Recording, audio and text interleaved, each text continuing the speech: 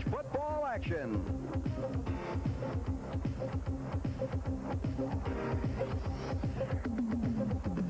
Today, live from Ficklen Stadium in Greenville, North Carolina, it's the Miami Hurricanes versus the East Carolina University Pirates. Today's game is brought to you by Budweiser Beach. To say the least, it is a beautiful Indian summer afternoon here in Greenville, North Carolina. I'm Rich Brenner along with Bob Kuchenberg and Cambrell Marshall. We'll be bringing you today's exciting action between the Miami Hurricanes and the East Carolina Pirates. And Cooch, you look at this game and I think there's a tendency to look past East Carolina and to say Miami should win this game in a runaway if you look by what Miami has done this year and what East Carolina has done. Jimmy Johnson back at the hotel this morning is a genuinely worried man. You bet, Rich, and I think if there's a tendency to look past the East Carolina team, it's only by the fans here in East Carolina. The Hurricanes are not looking past the Pirates. Number one, the Pirates have played them tough the last several years here. It's never been an easy victory for the Hurricanes here. Secondly, this is a strange East Carolina team.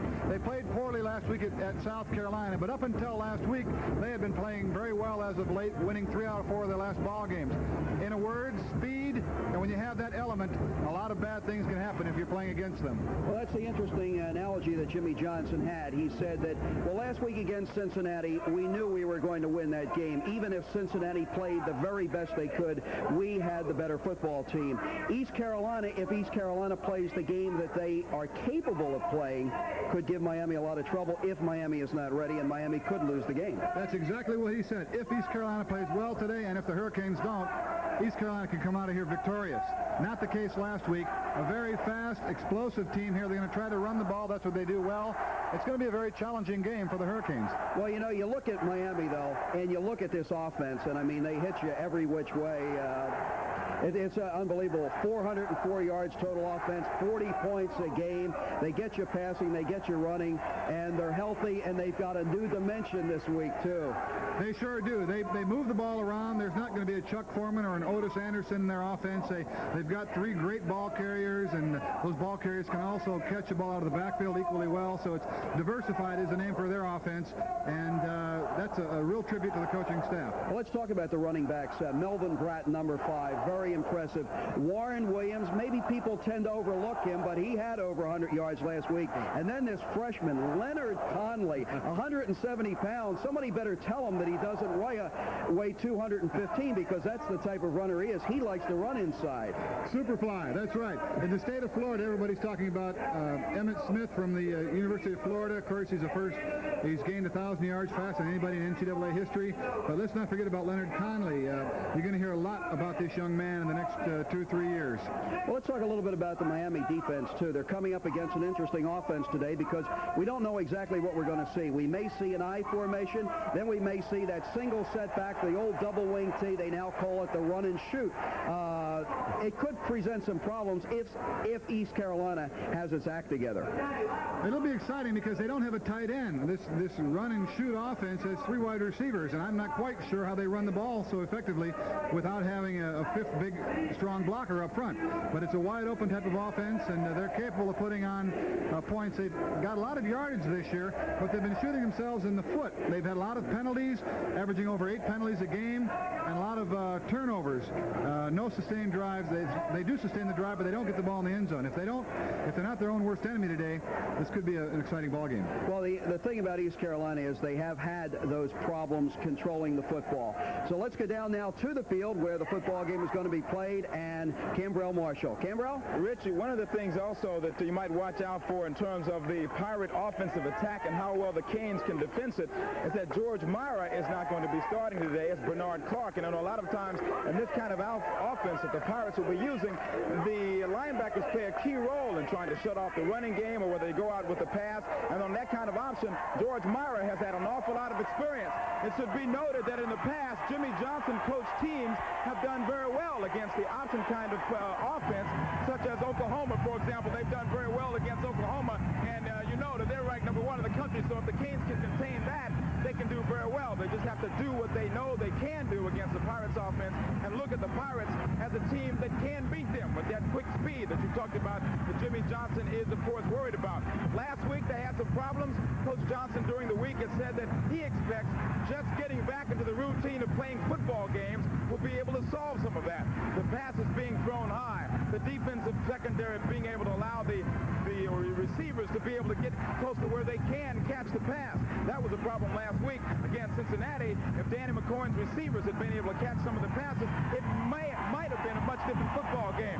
We expect this team not to throw as much, to take advantage of the running back who kind of reminds me of Craig Ironhead Haywood at Pittsburgh, and he also ran for over 200 yards, so they're going to have to watch over that. And having Bernard Clark in the starter, that may pose some problems. You expect to see the Pirates run right up the gut toward the middle if they can, and try to exploit the fact that George Mara is not starting. We'll be keeping tabs, of course, and watching that throughout the game. Rich, back to you. Okay, Cambrell, we're back up top here, and we're just moments away from the kickoff of today's game between the Miami Hurricanes and the Pirates of East Carolina. We'll be right back with the start of today's game after this brief time from kickoff here at Ficklen Stadium in Greenville, North Carolina. It's the Miami Hurricanes taking on the Pirates of East Carolina University. Miami holds a 5-0 edge in this series, but as we mentioned at the top of the broadcast, each game has been a hotly contested game. Even though last year the score was 36-10, Cooch, it was still a tough football game. No such thing as an easy win. If history is any indication here for Jimmy Johnson and his staff, Rich, they are going to be in for a ball game today, and they're aware of it. I expect to see the Hurricanes play well this week. First half of the year is the season's 8 weeks old, I should say now. The Hurricanes have only played 5 games. That's tough to develop a consistency when you're playing 1 week and having 2 weeks off.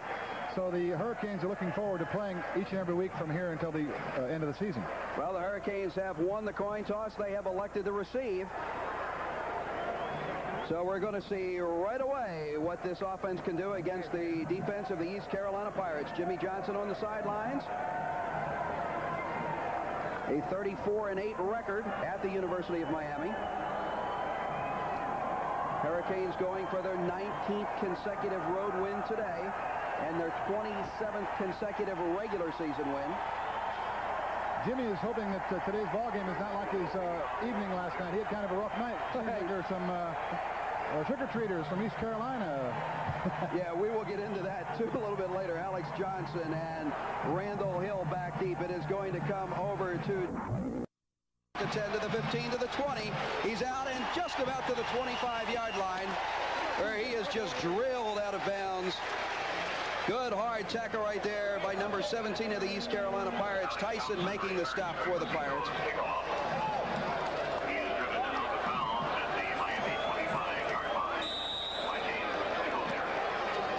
James Singletary getting credit for that tackle for the East Carolina Pirates. So here come the Miami Hurricanes. Steve Walsh is your quarterback. Split backfield. Mel Bratton, number 5, number 24, Warren Williams will go to Bratton. Left side, cutting back across the right, across the 30, up to about the 33-yard line. We'll set up the Miami offense for you here. Steve Walsh is your quarterback. Warren Williams, Mel Bratton, the running backs. Michael Irvin, a wide receiver, along with Brian Blades. The tight end will be Charles Henry, number 82, one of your co-captains today. And on the line, it'll be Matt Patchman, Mike Sullivan, Rod Holder, Scott Proven, and John O'Neill. Second down, make it about 2 for the Hurricanes. Going into the I formation this time. Tailback is Williams. Blocking back, Mel Bratton. Will go to Bratton, and he is hit in the backfield, and he's going to lose about a yard, I'd say there, Cooch. Yeah, it was a fine play that time by the defensive end, Walter Bryant. Got rid of his blocker and met the ball carrier on the offensive side of the field. Setting up the Pirates defense, Ron Gilliard, Meldrick Rainbow, Walter Bryant, Bubba Waters, Vincent Smith, we talked about him, number 44. Keep an eye on him. John Williamson and Willie Powell, number 84, your outside linebacker. Make it 3rd and 3 for the Miami Hurricanes. Ball just shy of the 33-yard line of the East Carolina Pirates. Walsh dropping back to pass, puts the ball in the air, and he's got Bratton out of the backfield, and he's got the first down up to about the 38-yard line. One thing that Miami does very well, Bob, is the fact that they can find the backs out of the backfield, something you've got to do if you're going to run the pro-style offense. No question about that. Steve Walsh doesn't have the country's strongest arm, but he's a very intelligent young man. He knows how to read defenses and where to put the ball. He moves the ball around to both wide receivers, a tight end, and both ball carriers. First and 10 for the Hurricanes. Ball just past their own 37-yard line. I formation. Tailback is Williams. Sidelines to the right, open field to the left. Handoff goes to Williams across the 40, and he just works his way hard up to the 44-yard line. Pickup of about 7. Just underway here from Ficklin Stadium in Greenville, North Carolina. No score, 13 minutes remaining to be played in the first quarter. Fine block that time, Rich, by the left tackle, number 71, Matt Patchen, who is the strongest Hurricane currently since Dan Cilio's ineligibility. Bench pressing over 500 pounds. That time he took Walter Bryant right out of the play. Let's make it second down and a long 3. Dual backs this time. The fake, now the throw over to Michael Irvin.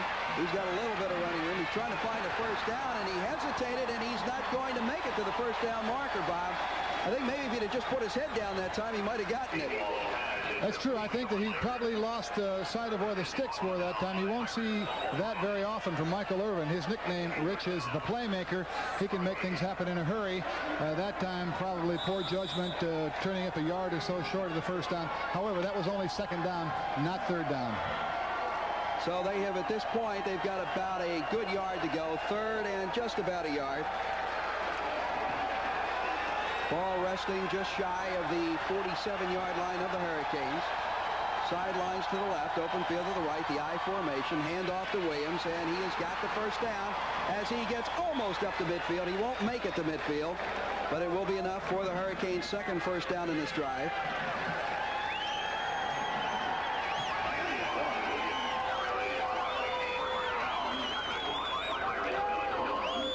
Beautiful Saturday afternoon for football in Greenville, North Carolina. Temperature just about in the low 70s. Wonderful football weather. Split backfield this time for the Hurricanes. Michael Irvin flanked out on your right. Walsh back to pass. He has got the time, putting it up, and it's off the hands of Mel Bratton at the 45-yard line of East Carolina. Incomplete. Television viewers saw Steve Walsh getting knocked down after he threw the ball that time. Pressure being applied by Ron Gilliard. He had time to throw. It's just kind of extremely well-thrown ball, Rich. Over the season so far, it appears as if Steve Walsh is kind of a slow starter. He kind of reaches his peak not until the 4th or 5th inning, if you know what it's been lately. And last week was no exception. He had a kind of a poor first half. Well, you always want him to close strong, though, don't you? It'll be second and 10. Bratton the lone setback. Walsh back to pass. Puts the ball up in the air for Henry, and he's got it at the 26. He crosses the 25, and he's down to the 22-yard line of East Carolina. Nothing wrong with that ball. No sooner said than Steve throws a perfect pass. He put a little air under that one, lofted it just nicely, and the tight end, number 82, caught it in full stride. Here you're seeing a linebacker having to cover a tight end. This is difficult for a strong side linebacker to run stride for stride with a tight end that vertically, that 30 yards downfield. Asking a lot of a linebacker to have him cover that deep. It's first and 10 for the Hurricanes, their third first down in this drive. Ball at the 22-yard line of East Carolina. I formation. Walsh back to pass again. The out pattern gets it over there to Brian Blades, and it's complete. Blades out of bounds at about the 14-yard line. That's about a pickup of 8. 10 minutes and 54 seconds remaining in the first quarter of play. No score. Little isolation here on Brian Blades, a little out pattern here. As an offensive lineman, you love this on first down. It's great. It's very easy to pass back. Brian Blades, of course, the brother of Benny Blades, and talk about speed in that family, huh? They are quick, and they are good.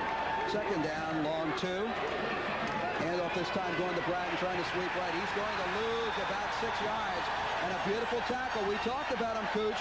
Number 44, Vincent Smith. Big top pro prospect, Vincent Smith, 6'4", 223 pounds, very fast, agile, hostile, mobile. He's got it all, and he along with Ellis Dillahunt are the leaders of this defense here. You're going to see good penetration. Number 44 making the tackle. Boy, great initial contact, too, because Bratton goes about 225 pounds, strong. Yeah, he's not a little boy. Well, now we have a good third down right here. 3rd and 8, ball at the 20-yard line of East Carolina. Walsh, definite passing situation. He's back to throw under a little pressure, flushed out of the pocket, gets it to Bratton. Bratton at the 6, 5. He's going to try to dive in the loose football. And who's got it? I think Miami has recovered the football. It will be Miami. It will be a first down. Melvin Bratton trying to dive in now. Apparently, one official, Cooch, is right down there at about the half-yard line. He may rule that very possibly Bratton was down at that point. No, he should not, Rich. He clearly was not down. That ball came out in midair, nor had he crossed the plane of the end zone. He was within about a half a yard of the end zone. But it was a fumble clearly, and it was recovered by Mike Sullivan. Fortunate for the Hurricanes. You're going to see a look at it here. Well, they conferred and moved it back just past the 5-yard line. Ball just shy of the 5, but it will be a first down for the Hurricanes. 4th first down in the drive. Split backfield.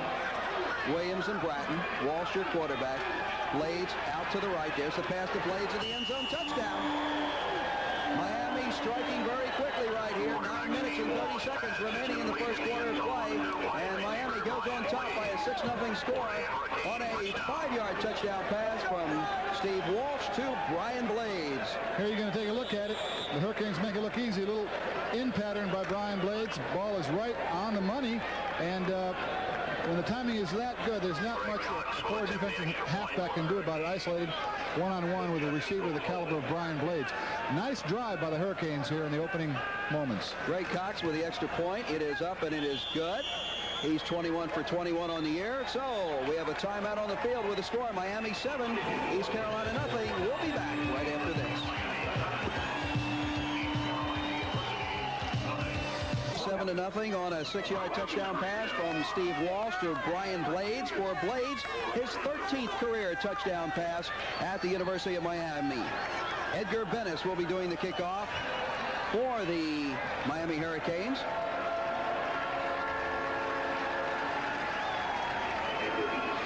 Nine minutes and 30 seconds remaining in the first quarter. Back deep for East Carolina. Number 21, Chuck Burleff. And number 32, Tim James. Here's the kickoff, and it's going to be taken by James at about the 13-yard line, across the 20, 25, and gets just across the 25, maybe to the 26-yard line. And that's where the Pirates will be putting it in play for their first offensive possession of this Saturday afternoon. Well, I'm sure Jimmy Johnson and his staff are relieved to see that kind of kickoff coverage, holding the opponents to inside the 30-yard line. That was a big downfall last week. The Bearcats of Cincinnati started their opening 4 possessions at or near midfield.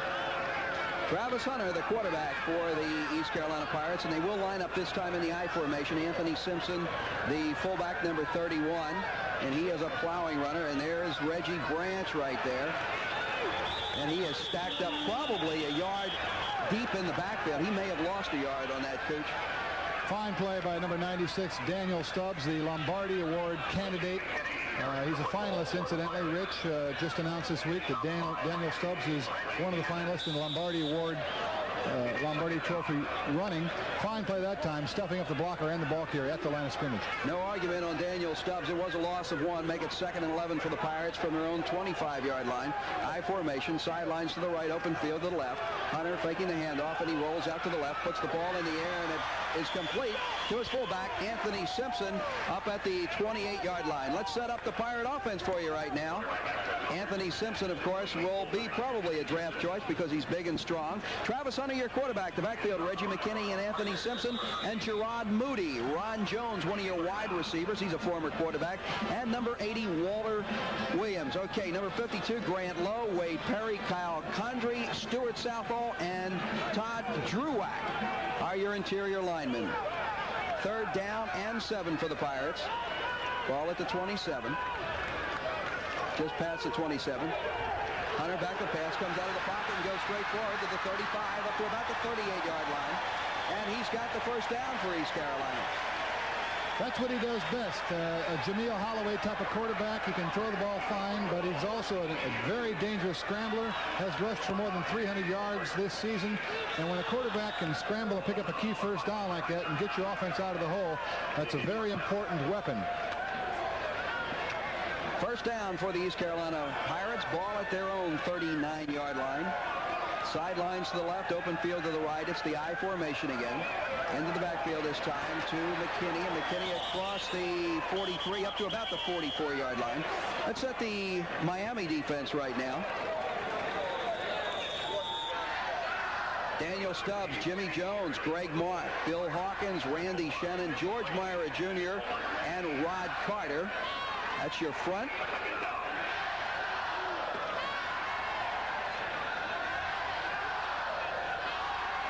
Although we did mention the name George Myra Jr., there's the backfield right here. Bubba McDowell, Selwyn Brown, Benny Blades, and Tolbert Bain.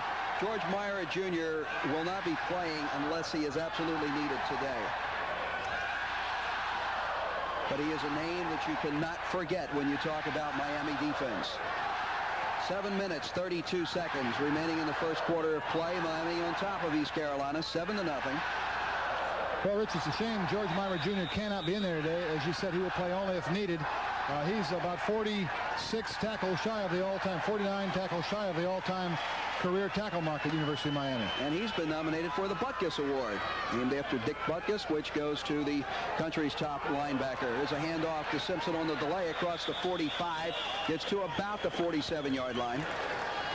Fine play that time by defensive end number 54, Bill Hawkins, a very cerebral type ball player. That was a little delayed draw play designed to look like a pass, and Bill Hawkins was all over it. He played off his man, kept his concentration on the ball, and was not fooled at all.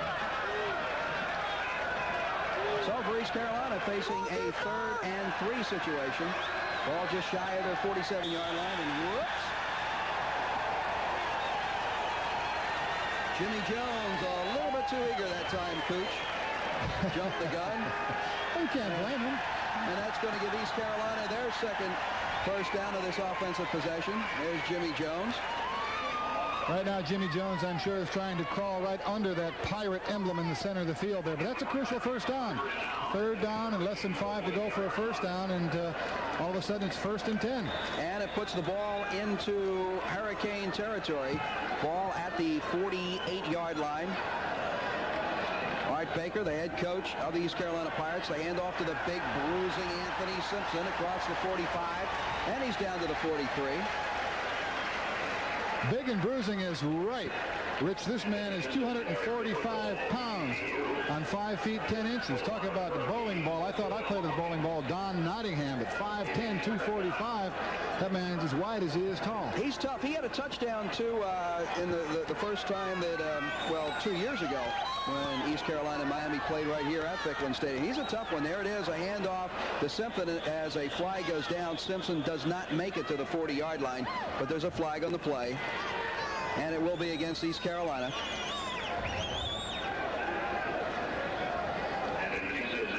It's what you were talking about at the top of the show, Cooch. They get something going. East Carolina gets something going, and bingo, along comes a penalty.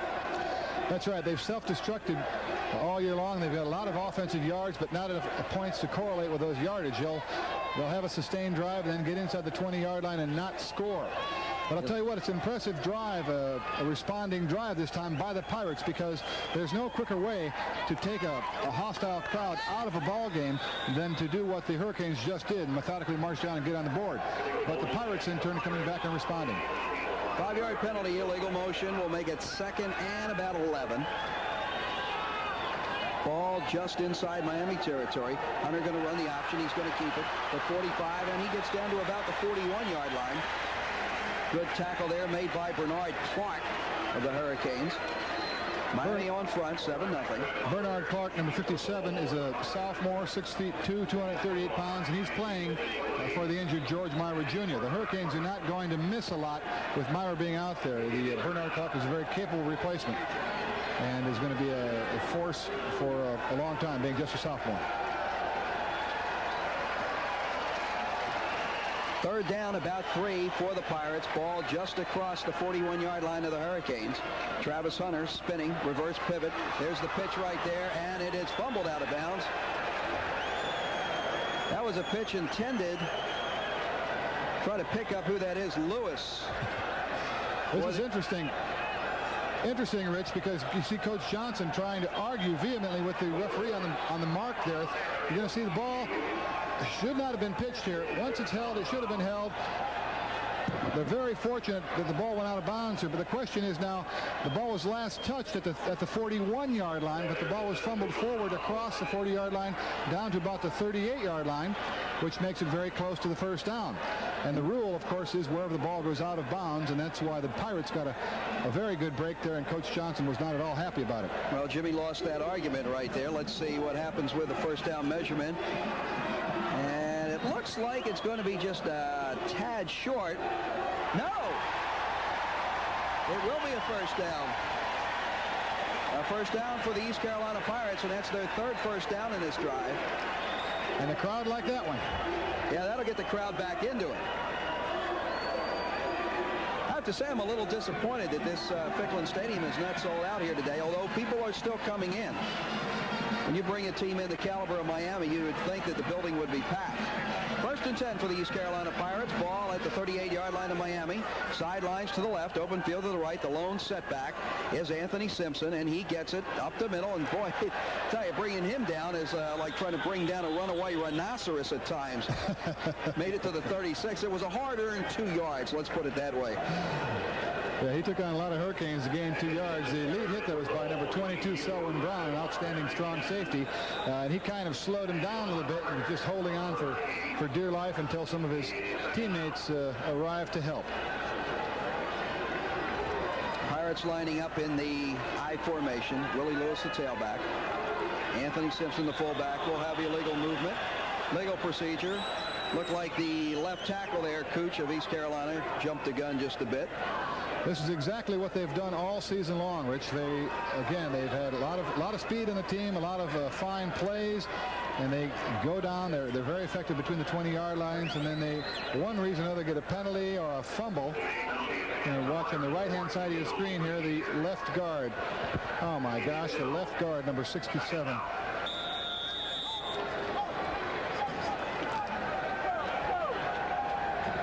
So the Pirates lose 5 yards on that. It'll make it second down and about 13. Simpson, your lone setback. Run and shoot formation this time. Travis Hunter back to pass under pressure, but he's scrambling around, puts the ball up, and it is complete there to Gerard Moody. Gerard Moody taking in that pass at the 25-yard line. Gerard Moody. And it'll be a first down for the Pirates. Now, this has been impressive, Bob. The fact that the Pirates now ground out 4 first downs, and they've done it even committing penalties. A fine individual effort by Travis Hunter here. You're going to see him evade Daniel Stubbs right there. Could have been a sack, number 1. And secondly, having the alertness to not try to run for it and hit the open man. I formation. Open field is to the left. Gerard Moody in the flanker position to the strong side left. There's the handoff that time to Reggie Branch. No, yeah, Reggie McKinney, we mean. Reggie McKinney. And it's going to be a flag on the play, too, Cooch. Might be a late hit or a face mask. Personal foul. Late hit on Miami. And that came at a very inopportune time for the Hurricanes. It sure did, deep in their own territory. And just as I said, there's no better way to take a crowd out of a ball game than to have the visiting team march down the field on the opening march. This is about the best way to get the home team back into the ball game and come right back with a very impressive drive all the way down to the 10-yard line now. Reggie McKinney was your ball carrier. And with that penalty, it is 1st and 10 for the Pirates. And it'll be interesting to see if they have to go all the way for the first down or whether that nose of that football is just shy of the 10-yard line. Looks like it's 1st and goal. Hand off to Simpson. He gets to the 6. This is very impressive opening drive by the Pirates here. That was just a simple fullback power buck play up the middle, and you're going to be hard pressed to stop 245-pound Anthony Simpson for less than a couple yards. In that case, he got 4 yards. And you know Simpson didn't do it all by himself either. That means that the East Carolina offensive front is doing some work today too. Second down, 6 yards to go for the touchdown. I formation. Hand off to Simpson again. And he gets to about the 4-yard line. 2 minutes, 34 seconds remaining in the first quarter. Miami 7, East Carolina nothing. Yardage is getting real tough down there. When you get inside the 5-yard line, you pay dearly for every fraction of a foot. And at that time it was, again, a power play with Anthony Simpson carrying the ball behind the left guard, number 67, Wade Perry. And we have, what, a 3rd and 4. 3rd and 3. 3rd and goal from the 3-yard line. High formation for the Pirates. Travis Hunter wanted to, the question is, did his knee hit? But it apparently did. He tripped coming out on the reverse pivot, and his knee went down at about the 7-yard line. Actually, that worked in East Carolina's favor because the pitch man was going to be lost right there. Would have lost about 4 or 5 more yards. Here it is. I don't think we can see it from this angle. I think he tripped over the fullback when he was faking the handoff over center, caught his ankle, and forced the loss.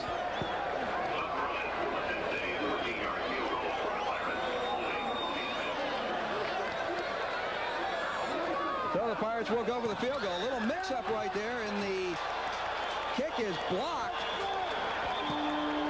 The kick is blocked, and it looked like the man getting in on the block, Bubba McDowell, who specially is blocking. Now let's see, they're going to call an offsides. Oh, that's confusing. Let's take a look at it here. Chuck Burle's field goal attempt.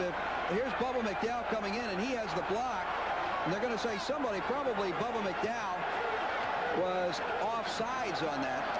McDowell's specialty is kick blocking. Jimmy Johnson trying to get a clarification there. I believe they lined up offside. I didn't really see any movement there, so that must have been the case. It's still 4th down, and East Carolina will get another crack at it. Chuck Burleth will be doing the kicking. He's a left footer. Be a 20-yard attempt. The kick is up, and the kick is good. So with 1 minute and 18 seconds remaining in the first quarter play from Ficklen Stadium in Greenville, North Carolina, it's Miami 7, East Carolina 3.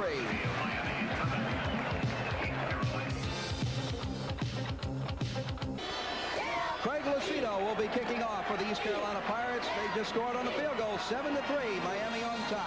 Here's the kickoff. Kickoff taken by number 21, Alex Johnson. Johnson getting up across the 25 to about the 28-yard line. We'll be back right after this.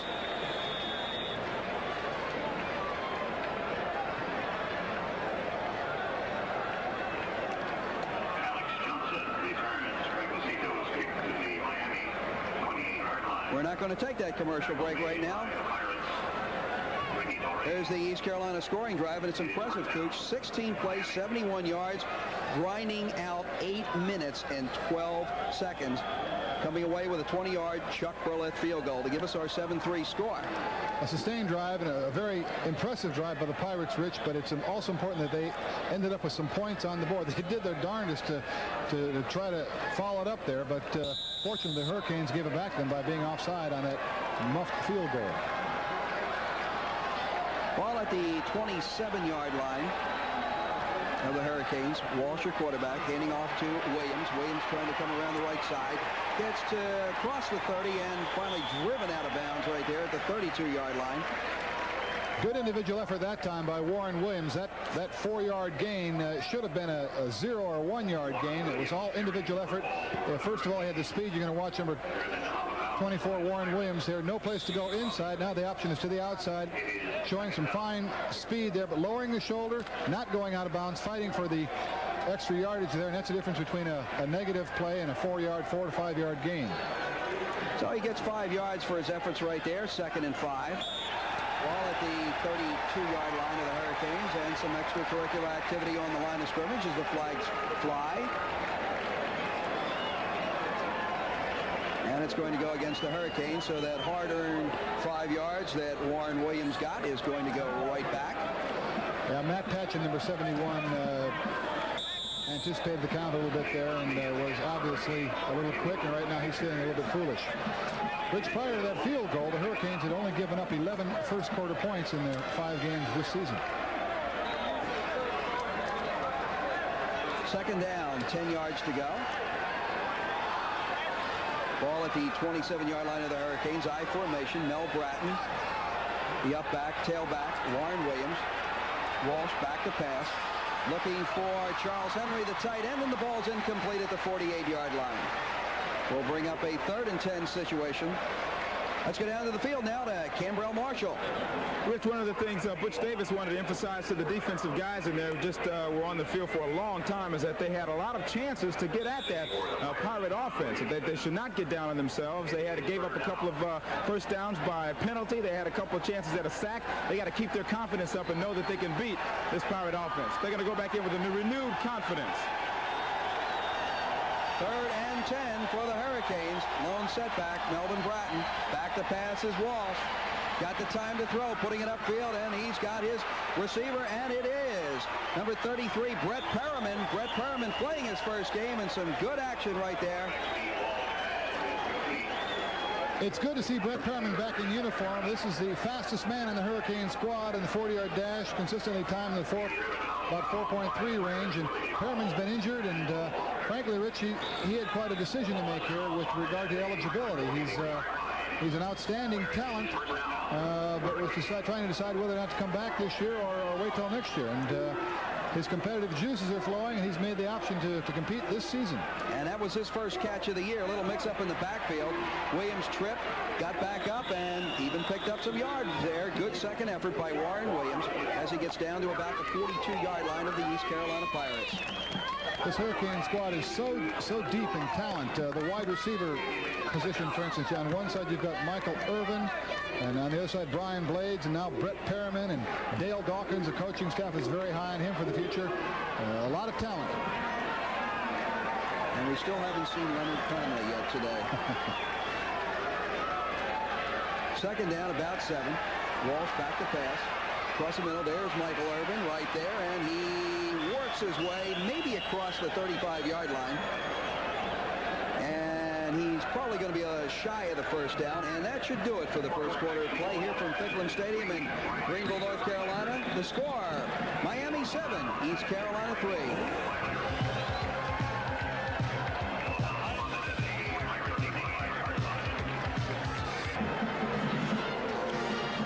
Hey, Roy. We are back to Ficklin Stadium in Greenville, North Carolina, where Miami leads East Carolina 7-3. The Hurricanes driving again. Ball just across the 35-yard line. 3rd down and a yard. Miami going for its 6th first down of this football game. Walsh with a long count. Hand off to Melvin Bratton going to the outside, and he's got the first down.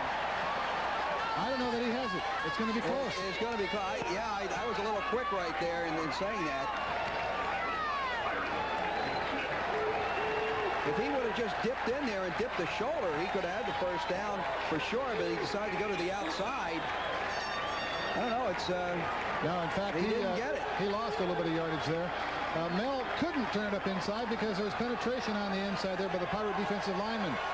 Chalk up a victory that time to the defensive line of the Pirates over the offensive line of the Hurricanes. Mel was forced to get outside and didn't quite have enough speed that time to get there, and that's just good defense. There's a timeout on the field called by Miami. We'll be back after this brief timeout. Hello.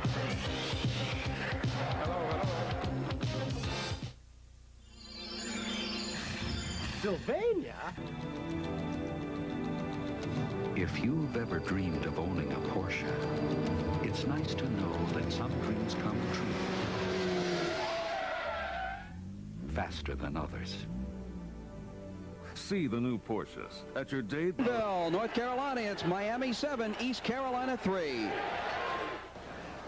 Less than a yard for the Miami Hurricanes. Ball just across the 35-yard line of the East Carolina Pirates. Steve Walsh, the quarterback for the Hurricanes, barking out another long count. Handoff goes to Mel Bratton, and he's got it that time, Cooch. I can say that with certainty. You're very observant. Fine charge by the left side of the offensive line that time of the Hurricanes. They just removed the resistance, and including big number 44, the linebacker, Vincent Smith, was nowhere to be found that time, and a big play there, because that enables the Hurricanes, of course, to drive deep into Pirate territory. Ball at the 33-yard line of East Carolina. I formation. Bratton and Williams, the setbacks. Michael Irvin in the slot along with Brian Blades. There's the pass to Irvin at the 25, 20, 15, puts his head down and maybe gets across the 15-yard line. That'll be another first down for Miami. They have 7 so far in this football game. And for Steve Walsh, Bob, he's 9 for 11 passing with a touchdown. Very impressive beginning for a man that has not started well so far this season. I like that call, Rich, because on first down, you might be expecting them to run the ball, of course, and when they're expecting to run, there's no better time to throw than on first down like that. You saw the result. Michael Irvin wide open, and I might tell you from an offensive lineman standpoint, that's the easiest time in the world to pass block is on first down. Split backfield this time. Walsh back to pass again. He's got the time looking in the end zone, and the ball is intercepted and dropped. And the man intercepting and dropping it was Vincent Smith. The ball should not have been thrown had not Vincent Smith been there. Ellis Dillahunt was there. The receiver was well covered and should not have been thrown. Steve Walsh here has all day to throw the ball. Excellent protection. Number 76 there. Good protection. Could have taken a drink of a Coca-Cola here. Ball underthrown, but even if it had been thrown well, should not have been thrown to that coverage. Excellent coverage, and bad decision to put that one up. 2nd and 10 for Miami at the 15-yard line of East Carolina. Hand off to Mel Bratton, and he is stacked up right at the line of scrimmage.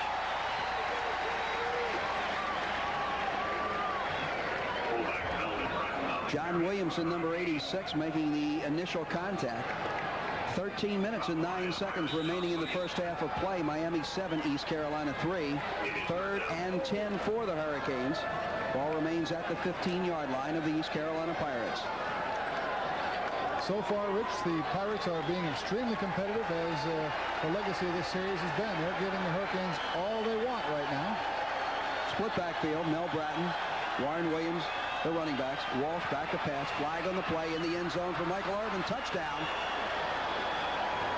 I believe that'll be his 24th career touchdown. It is his 24th career touchdown, but it may be coming back because there is a flag on the play. Now, that is one shy of the record here at Miami, but it's going to come back. Michael Irvin's touchdown will not count.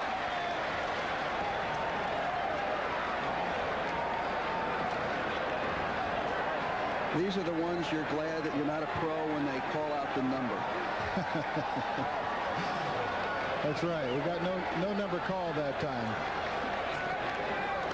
You can bet Jimmy Johnson's going to know who, though. Yeah, they're going to hear about whoever it is, huh? Jimmy Johnson, not happy at all right now. Legal procedure, 5 yards. Will make it 3rd and 15 now, and negating that touchdown from Michael Irvin. Split backfield. Walsh definitely back to pass. Moving around, there's his little flip to Michael Irvin. It's intercepted this time by Vincent Smith at the 10, 15, 20, and Mel Bratton drills him out of bounds at about the 22-yard line. So a Miami drive, Cooch, is stalled right there. Vincent Smith dropped his first interception, made sure he didn't do it the second time. I'm telling you, this Vincent Smith is all over the field. He's made 2 tackles for losses so far. Could have had 2 interceptions. This man, no wonder the pro scouts are raving about his ability here. You're going to see Vincent Smith get a good drop. Once again, all day long to pass for Steve Walsh. Starts a scramble, puts the ball up. Didn't even see Vincent Smith coming from the right side of your screen there. And this is a top athlete. Well, while we're looking at this, again from another angle, we should point out there's a penalty flag on the field, and they're discussing the situation, and we may be running this play over. Rich. The score is Miami 7, East Carolina 3. There's a penalty on the play, and a crowd back in the game, Bob Kuchenberg. That interception will stand. The penalty after below the knees. East Carolina has the football. 1st and 10 at the 10, and wow, there we go. The Pirates just pumped up right here. Timmy James, the ball carrier, gain of 15, or just shy of 15. We'll give him 14 yards on that carry, up to the 24-yard line. So Vincent Smith with the interception. And now East Carolina coming right back. This series has always been a tough one. Look at the stats on the rushing yardage. 57 yards for East Carolina, only 23 for Miami. Travis Hunter, the pitch. The back right there. Could it be Willie James? Willie Lewis, the ball carrier. Once again, a gain of 5 yards, so that's a big victory for the Pirates on first down. If you can pound out 4, 5, 6 yards on first down, most of the day you're gonna come out ahead. And these Pirates are here to play. It's been kind of a Jekyll and Hyde team this year, and unfortunately for the Hurricanes right now, it's Dr. Jekyll. Pick up a 5. That makes it 2nd and 5. Hand off to Tim James, and he finds the going a little bit congested right there. Gets maybe a yard for his effort. Well, there was a mix-up in the backfield again. You saw that earlier. Travis Hunter, once again, there got his legs tangled up with one of his ball carriers, had to hand off balance. Now, that changed the situation from 2nd and 5 to 3rd and 5. This is kind of a passing situation here. This is not what the Pirates do best. The I formation this time. Travis Hunter, the long count. Open field is to the right. There's the draw play to Simpson. And he's going to go nowhere. It gets up to about the 31-yard line, but it is still going to leave the Pirates well short of the first down. So what the Miami defense did there, Bob, was what they had to do. They shut East Carolina down immediately after East Carolina ripped off 2 big plays.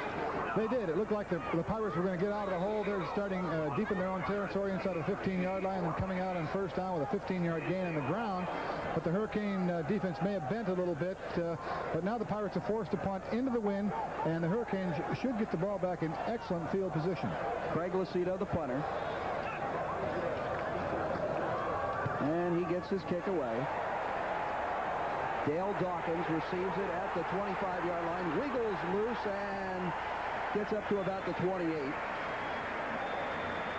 I'll tell you what, Rich, that was a wonderful punt. The ball was high and deep and spiraling and against the wind. That was probably a 50-yard punt, and the Hurricanes are forced to start from inside their own 30. Miami 7, East Carolina 3. Back with more football after this.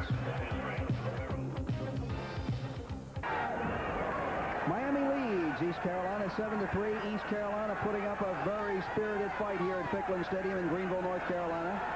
1st and 10 for the Hurricanes. Leonard Conley into the lineup, and he gets the call right off the bat.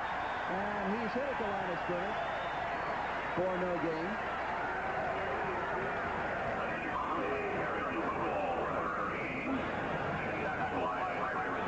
Leonard Conley, very exciting ball player, has nowhere to run this time. The hole was plugged inside. He tried to shake it outside, and there was nowhere to run. Right now, the momentum is with the Pirates, Rich, and they're giving the Hurricanes all they want and then some. Conley got about a yard. Let's call it 2nd and a long 9. It's all about in the center of the playing field. Walsh taking the handoff, back to pass, and the ball is incomplete, and that is intended for Alfredo Roberts, the tight end. That's going to bring up a 3rd and long 9 situation for the Hurricanes. And as we mentioned, East Carolina, we said it at the top of the show, always plays a very tough game against Miami. You can basically throw out what East Carolina does in the rest of the season. They always play this game very well. That's right. They've always played the Hurricanes well, and it's not that they're not an explosive team. They've got the ability to play with anybody in this country. 3rd down, 9 yards, lone setback. Walsh, ball intended for Michael Irvin, cannot hold it. Michael Irvin cannot hold on to that football at the 41-yard line, so that's going to bring up a 4th and 9 situation and a punting situation. And the crowd loves it. The crowd is a factor in this ball game now. They're anticipating something very exciting going on here. They have a right to. Jeff Beagles in the punt for the Hurricanes. His first appearance of the afternoon. Standing back at his own 14-yard line.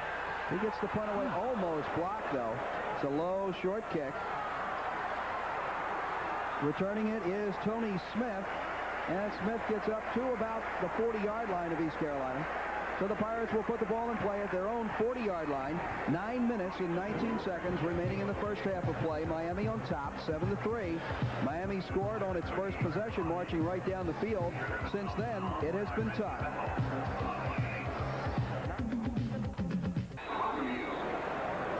We're back to Ficklin Stadium in Greenville, North Carolina. Miami having a hard time of it today here with East Carolina, and it's Happy Halloween. Here's a shot from a mask through the camera. Oh, yes. 1st and 10 for the Pirates. Travis Hunter, the pitch. And sweeping wide right there. Reggie McKinney. McKinney up to about the 39-yard line. A misdirection play, well executed on the offense, but even better on defense. Number 32, Selwyn Brown, and number 22, Randy Shannon, both stayed at home, forced to play wide, and ultimately out of bounds. A lot of ground being covered by number 32, Selwyn Brown, the senior, who's had an excellent career and playing very well today. Pickup of 2, making it 2nd and 8. Oh, there's a mix-up in the backfield.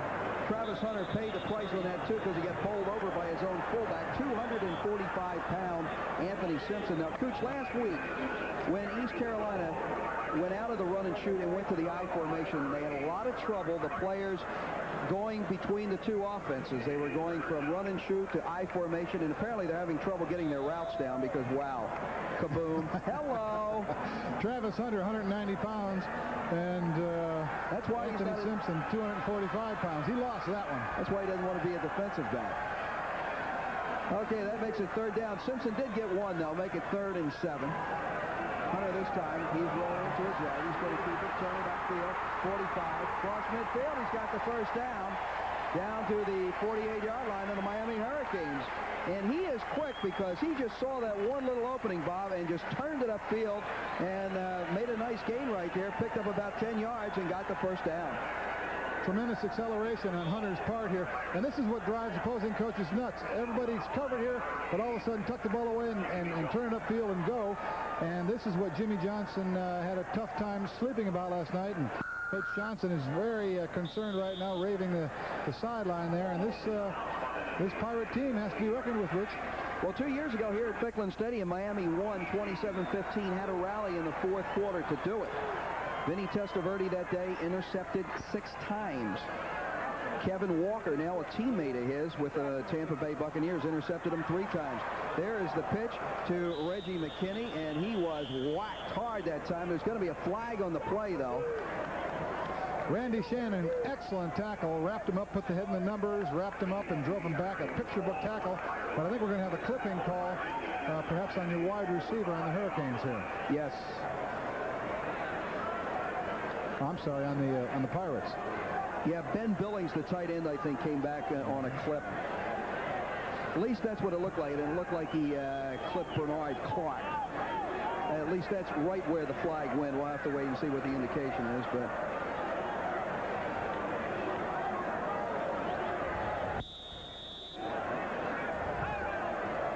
that's what it is, and it's an expensive one. Well, holding. That moves it back into Pirate territory, back to their own 42-yard line. 7-3, Miami on top. 1st and 20 now for the Pirates on that 10-yard penalty. The little flip there to Anthony Simpson. Simpson to the 45, 50 across midfield, and he gets up to the 48-yard line. A very daring play that time by Travis Hunter. A quick screen, and the Hurricanes were all over him almost before he had time to get this throw off. You're going to see there two Hurricane defenders just in time to get it off, and gets the ball to Anthony Simpson, who goes north and south. It almost looked like it was survival. He said, guys, I know you're supposed to let him in, but not quite that quickly. Hold that another half second, and he's picking himself up off the carpet down there. I formation. 2nd and 10 for the Pirates. Hand off to Reggie McKinney to the 45-yard line.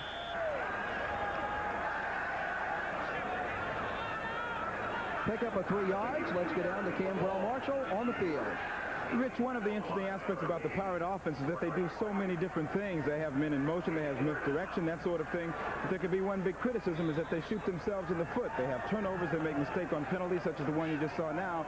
So far early on, though, the Pirates have made things click fairly well enough to make this a close ball game. Art Baker has to be happy. 3rd and 7 for the Pirates. Ball just across the 45-yard line of the Miami Hurricanes. I formation now going into the slot formation. Anthony Simpson, the lone setback.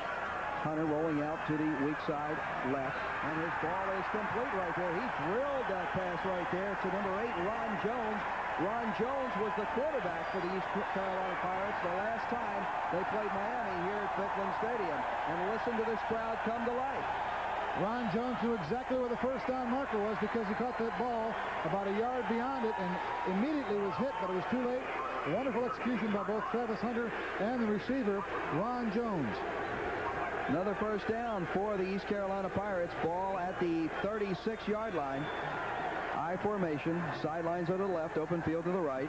Gerard Moody, the flanker, into the slot to the strong side right. The handoff to Anthony Simpson. And he's down to about the 33. Now let's make it, just across the 33-yard line. Pickup of about 4. 5 minutes and 35 seconds remaining in the first half of play from Ficklen Stadium in Greenville, North Carolina. Miami leading the East Carolina Pirates 7-3. East Carolina driving, though. I think they'd like to get the lead right here. And that would really bring this crowd to, we got contact.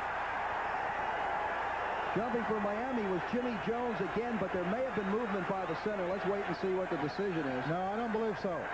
I think that's Jimmy Jones. I think the quarterback probably pulled him off with his voice inflection, and there's really no excuse for that. I mean, it's not as though the nose guard can't see the ball, right?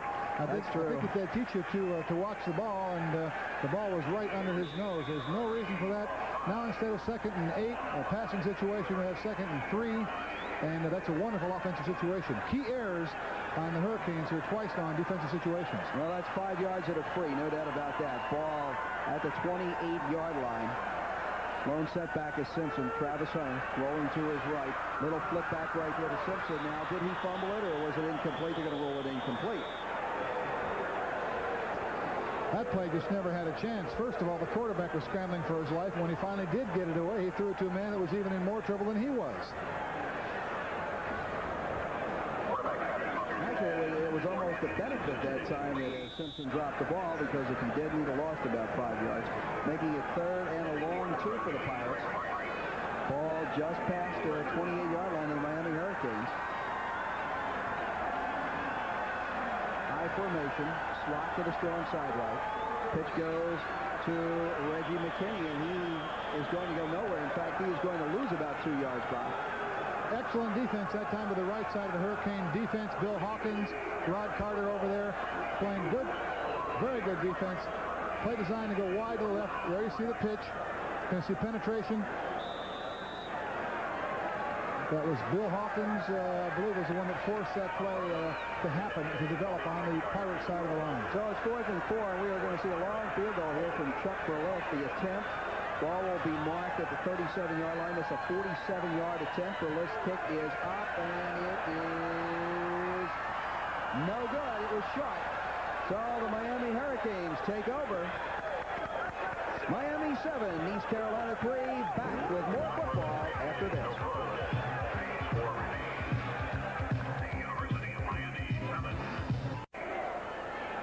4 minutes and 17 seconds remaining in the first half of play, and Miami having a lot of trouble with East Carolina today. Miami 7, East Carolina 3. There you see the Hurricane bench. Not a whole lot of positive emotion happening right now. It's kind of as if they're flat. We saw them going through a very similar situation last week. There's enough talent on this team to get away with this at certain times, but you really don't build for a championship season, Rich, by having inconsistency. East Carolina coach Art Becker, we just saw him there just a few moments ago, has done a very fine job preparing his Pirates for this football game. Walsh, the handoff going to Leonard Conley. Oh, boy, is he exciting. He's got the first down across the 40-yard line to the 42, maybe the 43. Mr. Excitement, a 170-pound freshman, and when he gets in there, Cooch, exciting things happen. That's for sure. A very exciting ball carrier, but I want to point out the key to that play right there was not the ball carrier, but it was a key block by number 43, Cleveland Gary, the fullback, throwing a lead block for his battery mate there. 1st and 10 for the Hurricanes. Irwin flanked out to the strong side left. There's a handoff to Gary. Gary gets across midfield to the 49-yard line of East Carolina.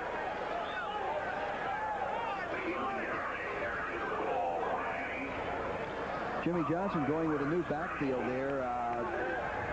Is this by design, or you think he's trying to shake some things up out there? I think it's by design. He had told us yesterday that he's planning to play a lot of players. It's not as though they're comfortable in this game. But again, you're not losing out with a Cleveland Gary and a Leonard Conley in there. That's quite a talented backfield, and we're playing first string with most teams. Here's the handoff to Conley, knifes his way. Boy, he keeps moving, too, you know. He gets to the 46-yard line. Despite the fact he's only 170 pounds, he runs with power. He's unbelievably quick also. It's a lot of speed on both these teams, but when you see Leonard Conley carry the ball, it's as if he's running at a different speed than everybody else. Yeah, he's at hyperspace. Hyperspace, huh? So much talent on this Hurricane team. So much depth at wide receiver, running back, quarterback. You've got four backs, Warren Williams, Mel Bratton, Leonard Conley, and Cleveland Gary.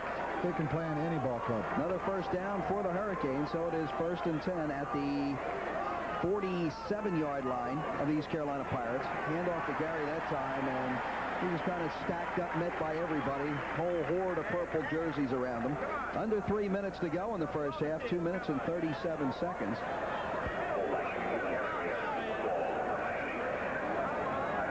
If he got anything, he got about a half yard on that. So we'll call it second and a very long 9. Might be a time for Steve Walsh to put the ball up in the air. He drops back to pass. He's pressured by Winston Smith, but there's a little dump pass to Cleveland Gary. Gary to the 35, 30, down to the 25-yard line.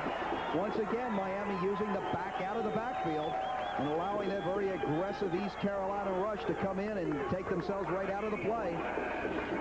Keep in mind, what's so very difficult to try to defense this Hurricane offense is that this is a fullback. You've got a second-team fullback here now catching your ball and turning it into a 25-yard gain. You can't cover everybody. You double cover Michael Irvin, perhaps Benny Blades, and maybe even Mel Bratton. But when you get down to your fullback, you figure, well, that's the guy we're going to let go. And sooner than you do that, and what happens? 25-yard gain. 18-yard pickup. Handoff goes to Conley, and he'll get maybe one to the 24-yard line. Well, the thing, too, with with Miami, Cooch, is you look at what they're grinding out offensively. 404 yards a game total offense, 40 points a game. Yet the only individual who is ranked in the top 20 individually in the NCAA statistics is Steve Walsh in passing efficiency, and he's 19. So you see that they're really spreading it out. They come at you from all different directions with all different kinds of people. 2nd and 9. Walsh back to pass. There he goes for Michael Irvin. Overthrows him at the goal line.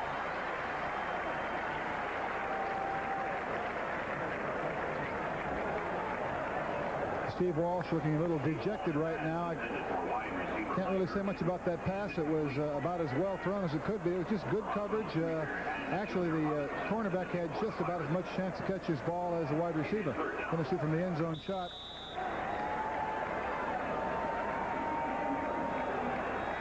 Perhaps Michael Irvin looked over his inside shoulder there, and the ball ended up going on over his outside shoulder. But 10 for 17 there for Steve Walsh. Not a bad beginning. 1 TD and 1 interception, and a big play here. 3rd and 9. Yes, it is. Walsh apparently barking out an audible, trying to change the play at the line of scrimmage as the crowd gets noisy. Walsh back to pass. Stops, moves around, falls in the air. Oh, he's got Brian Blades wide open at the 11, and Blades drilled out of bounds at the 10. And that will be a first down for the Miami Hurricanes. And what's more important, too, Bob, it stops the clock with 59 seconds remaining in the first half. Excellent pattern run here by Brian Blades. We're looking at Steve Walsh. But what makes this play, you're going to see Brian Blades come back for the ball here, making the catch wide open. See, number 21, Junior Robinson, was a good 8 or 9 yards off Brian Blades, and that was caused by Brian driving him deep, then coming back very quickly, and good timing from Steve Walsh. Blades out of the lineup, Michael Irvin in. Walsh looking for Irvin wide. Oh, he overthrew Irvin wide open in the end zone. Michael Irvin, how can you let somebody like Michael Irvin get that wide open? He runs great routes, but I don't think anybody even looked at him. Well, I think if I were covering Michael Irvin along the end zone, I'd head the other way also. This is obviously a breakdown in communication. No one covered Michael Irvin here, and Steve Walsh right now has got to be feeling awfully foolish. My goodness, he was wide open. You know, you look at the substitutions Jimmy Johnson was making. Brian Blades came out, Michael Irvin went in. No vacation there at all. Okay, here is a 2nd and 10.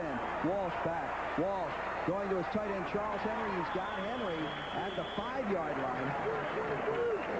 Staying inbound, so that keeps the clock moving. 42 seconds, and now Miami calling a timeout. 43 seconds remaining in the first half of play. Miami leading East Carolina 7-3. There's so many weapons in this Hurricane arsenal. Their tight end spot is manned very capably by both Charles Henry and Alfredo Roberts. And once again, Steve Walsh moves the ball around very nicely. We'll be back with the final 43 seconds of the first half with Miami leading 7-3 right after this. The scoreboard tells the story. Miami Hurricanes, 3rd ranked in the country, having a dickens of a time here today with the East Carolina Pirates. Driving, though, ball at the 5-yard line. 3rd and goal. There's the pass and a touchdown from Leonard Conley. Miami striking quickly here in the dying moments of the first half of play. Leonard Conley, the touchdown pass from Steve Walsh, and that makes it a 13-7 ball game at this point. 13-3 ball game, we should say, with 39 seconds remaining. Going to see a replay of it here. What makes this play is you see Michael Irvin in the center of your screen clearing it out there. The Hurricanes had Brian Blades and Michael Irvin split to the right, and they crossed over, clearing that entire half of the field for Leonard Conley to come wide open. Made it look easy, and again, good recognition on Steve Walsh's part to read the uncovered man. Greg Cox perfect with the extra point attempt, makes it 14-3 Miami. Greg Cox 22 for 22 on his extra point attempts this year, and for Leonard Conley, his first career touchdown reception. And I think, looking at him, he's going to have many more. I think that's a fairly safe statement. This is an exciting young man. Obviously can carry the ball with a great deal of speed and acceleration, but just prove there that he can come out of the backfield and catch the ball as well. Well, it's a point that we don't want to keep staying redundant here, but at the same time, it's something you have to talk about. Miami comes at you with everything. They have the backs that can catch, they can run, they have tight ends, they have a couple of good receivers there, they've got the wide receivers with speed, they've got Walsh who can throw the football, and they've got Craig Erickson on the bench, who's another good quarterback, who we may see as the afternoon wears on, depending upon what happens here. Jimmy Johnson does have plans today to play a lot of people. At this point, we don't know. It's 14-3 with 39 seconds remaining in the first half of play. East Carolina has been giving, we should say, Miami a very hard time. Let's get it out there. Has been giving Miami a very, very hard time today.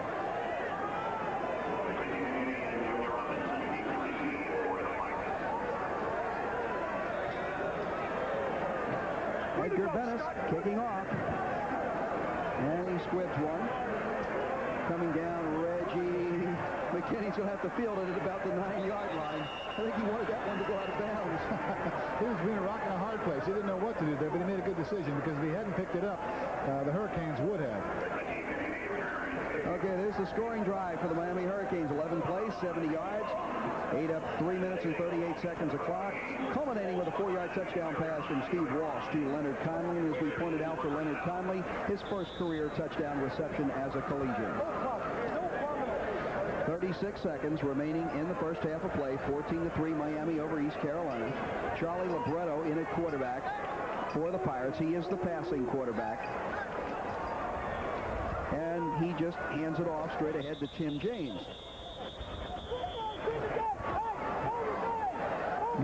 Nowhere to run on that one, Rich. Hurricane defense stacked it up. You know what's so good about Steve Walsh as a quarterback? He's patient. There's so many weapons that are at his disposal. Michael Irvin, Brian Blades, and Mel Bratton, Warren Williams, in this case Leonard Conley. He's very intelligent, makes good reads, and is a very patient man, knowing that sooner or later somebody's going to come open. East Carolina content to let the clock run out. We may not get another play right here. Libretto, the quarterback, with a long count, and we do not get another play. That is the end of the first half of play from Pitland Stadium in Greenville, North Carolina. The score is Miami 14, East Carolina 3. Now, there may be some people watching this football game saying Miami is flat today. Miami's not playing that well. But again, if you look back on the history of this series, even though Miami holds a 5-0 edge, every game has been a very tightly contested football game until Miami may have broken it open in the fourth quarter and won the game in the fourth quarter, but they've always been very tough ball games for the Hurricanes. East Carolina has always played them very well, as you said, and I'm not sure it's just a case of the Hurricanes being flat. I just want to give credit to the Pirates. They're playing good football today. They are playing excellent football, and that's really the point we need to make, is that Miami is not flat today. They have run into a very inspired group of East Carolina Pirates, and this is an important game for East Carolina. We'll be back with our halftime report with Miami leading at halftime, 14-3 over East Carolina. This is Rich Brenner with Bob Kuchenberg and Cambrell Marshall bringing you today's East Carolina-Miami of Florida football game. Miami leads it 14-3. Let's look at the first half scoring, and Miami scored on its first possession, Steve Walsh, and he'll be going to Brian Blades for Blades, his 13th career touchdown reception at Miami. And then in the waning moments of the first half on Miami's last possession, well, they capped off a nice 70-yard drive. Walsh going to the freshman, Leonard Conley, for Conley, his first career touchdown reception. So Miami, Bob, had a lot of trouble in the first half, though, in between those two touchdowns. They have. East Carolina's played them very well, Rich, and it's not a matter of the Hurricanes not playing well. I think they've played pretty well overall. They haven't made the big plays, but East Carolina is just playing good, competitive, spirited football. Here's East Carolina's score, and they scored on their first possession. Chuck Burleth, a 20-yard field goal.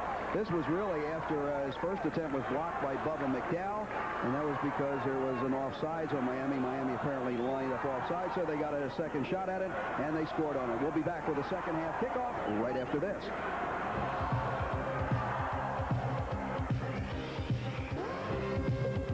Today's game is brought to you by Eckerd Photo Finishing. Nothing looks better.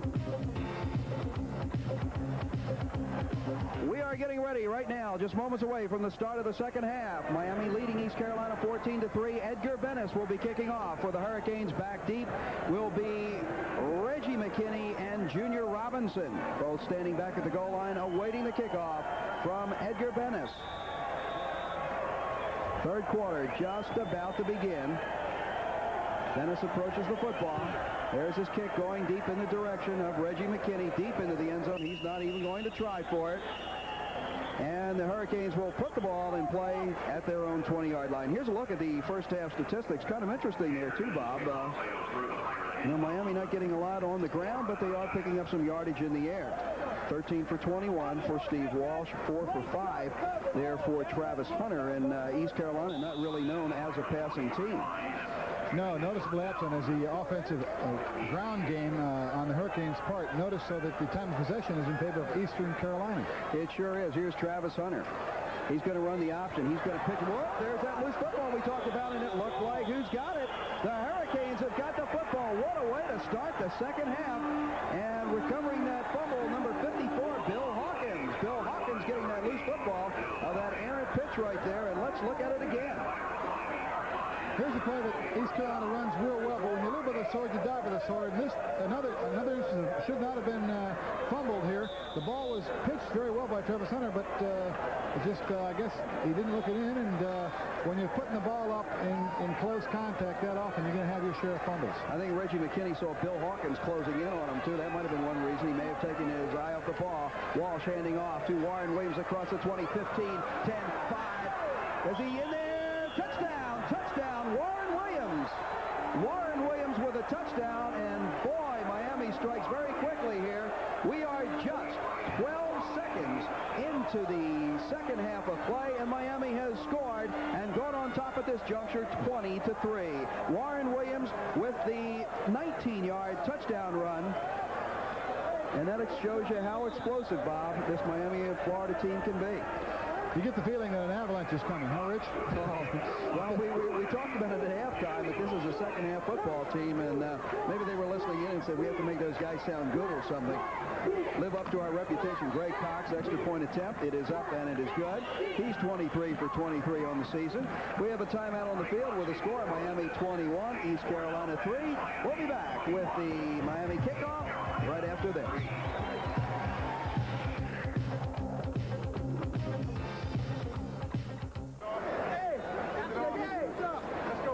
Well, Bob, there's a little bit of controversy right there, maybe on that last Miami touchdown. There's some people in this building that don't think, that feel that Williams did not score. Depending on the angle, you notice the ball's being carried in his left hand here, and it's real close. It looks like his body didn't catch the corner, but I would say the football being carried on the inside probably got the flag. It's academic at this point. Yes, it is, and here's Bennis' kickoff, and Junior Robinson will take it 2 yards deep in the end zone. He's going to bring it out to the 5, to the 10. He's to the 15, and he probably should have stayed there because he only got to the 17-yard line, and he got hit hard to boot. So that's where East Carolina will be putting the ball in play from their own 17-yard line. Nice little day for Warren Williams. 7 yards of carry, 5 carries, 35 yards. Not a bad. I wonder if he's sweating. I don't know. He's impressive, though. He's the guy sometimes, too, in the Miami backfield that tends to get overlooked, and he shouldn't be because he's dangerous. You know what's really impressive about these Hurricanes in their offensive backfield? They've got 4 ball carriers that can carry the ball, can catch the ball, and most importantly, they block for each other. That play was a touchdown because of Mel Bratton's key block on the linebacker, enabling Warren Williams to score. Well, here's a big stack up in the East Carolina backfield. And again, you know, we talk about the fact that they have trouble with their execution at times and that type of thing. Another case in point right there. Miami just waiting for them. Depending upon where they mark the football, it's either going to be a loss or no gain. At this point, looking like a no gain. So let's make it 2nd and 10. 21-3, Miami on top of East Carolina. Early stages here of the second half, 14-15 remaining in the third quarter of play. Just underway here in the second half. Travis Hunter, your quarterback, the I formation. Anthony Simpson, the big fullback. Long count. Hand off to Simpson, right up the middle, across the 20, 25, and he punishes you when he dips that shoulder, though, and he is up close to a first down. Benny Blades made the tackle that time, number 36, one of the better hitters, maybe the fiercest hitting free safety in the country. But when you're going to tackle a 245-pound fullback, you're going to see on the right-hand side, number 36 lowering his head there and got the tackle, but I'm sure Benny felt that one. I think when Benny wakes up tomorrow morning, he's going to have an instant replay of that tackle right there. He might say, did I really do that? When he watches the films, he's going to wonder, too. First down for East Carolina on that nice carry by Anthony Simpson, but they're stacked up in the backfield will be Willie Lewis. And these East Carolina backs, some of them, Bob, are very hard to pick out their jersey number. Now, Lewis has a faded number on his jersey to start off with, and they are tying these jerseys in the back. So the number really is not that distinguishable, especially we're about 10, 12 stories above the playing field right here, too. It's making it very difficult to pick up some of these backs when they come in. But we can always pick up Anthony Simpson, though. He's kind of like a little Sherman tank out there, just kind of moving around, running over things. There's a loss of about 4 there, making it 2nd and 14. Now here we go to the pitch. This looks like it is to Gerard Moody coming around. Now that was Willie Lewis again. Again, we're pointing out it's very hard to pick up the numbers of these fellas because they're tying their jerseys in the back, and Lewis has that faded number. There it is. There's what we're talking about right there. Of course, when you have the camera in there nice and tight, you can see the name Lewis. Now that was a pickup of about 1, making it 3rd down and about 13. Football at the 30-yard line of the East Carolina Pirates. Travis Hunter, back to pass, short drop, flushed out of the pocket, scrambling. Ball is in the air. It's a free throw. Nice tackle right there. Nice catch and a nice hit. A blister, nice tackle, nice catch there by Ron Jones.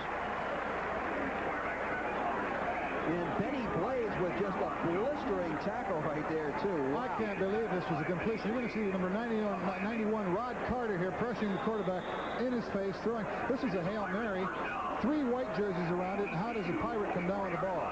He not only came down with the ball, did Ron Jones, but he also got the first down. Ball at the 44-yard line of the East Carolina Pirates. Open field is to the left. Travis Hunter faking the sprint draw. He's back to pass again. He is throwing deep. And, he had Gerard Moody wide open at the 38-yard line of the Hurricanes and just overthrew it. Wide open was Gerard Moody, but it will go as an incompletion. 12 minutes and 21 seconds remaining in the third quarter. Miami on top, 21-3. Got a late flag near the line of scrimmage, Rich. I don't know what that would be. Perhaps illegal lineman downfield. It was thrown very late.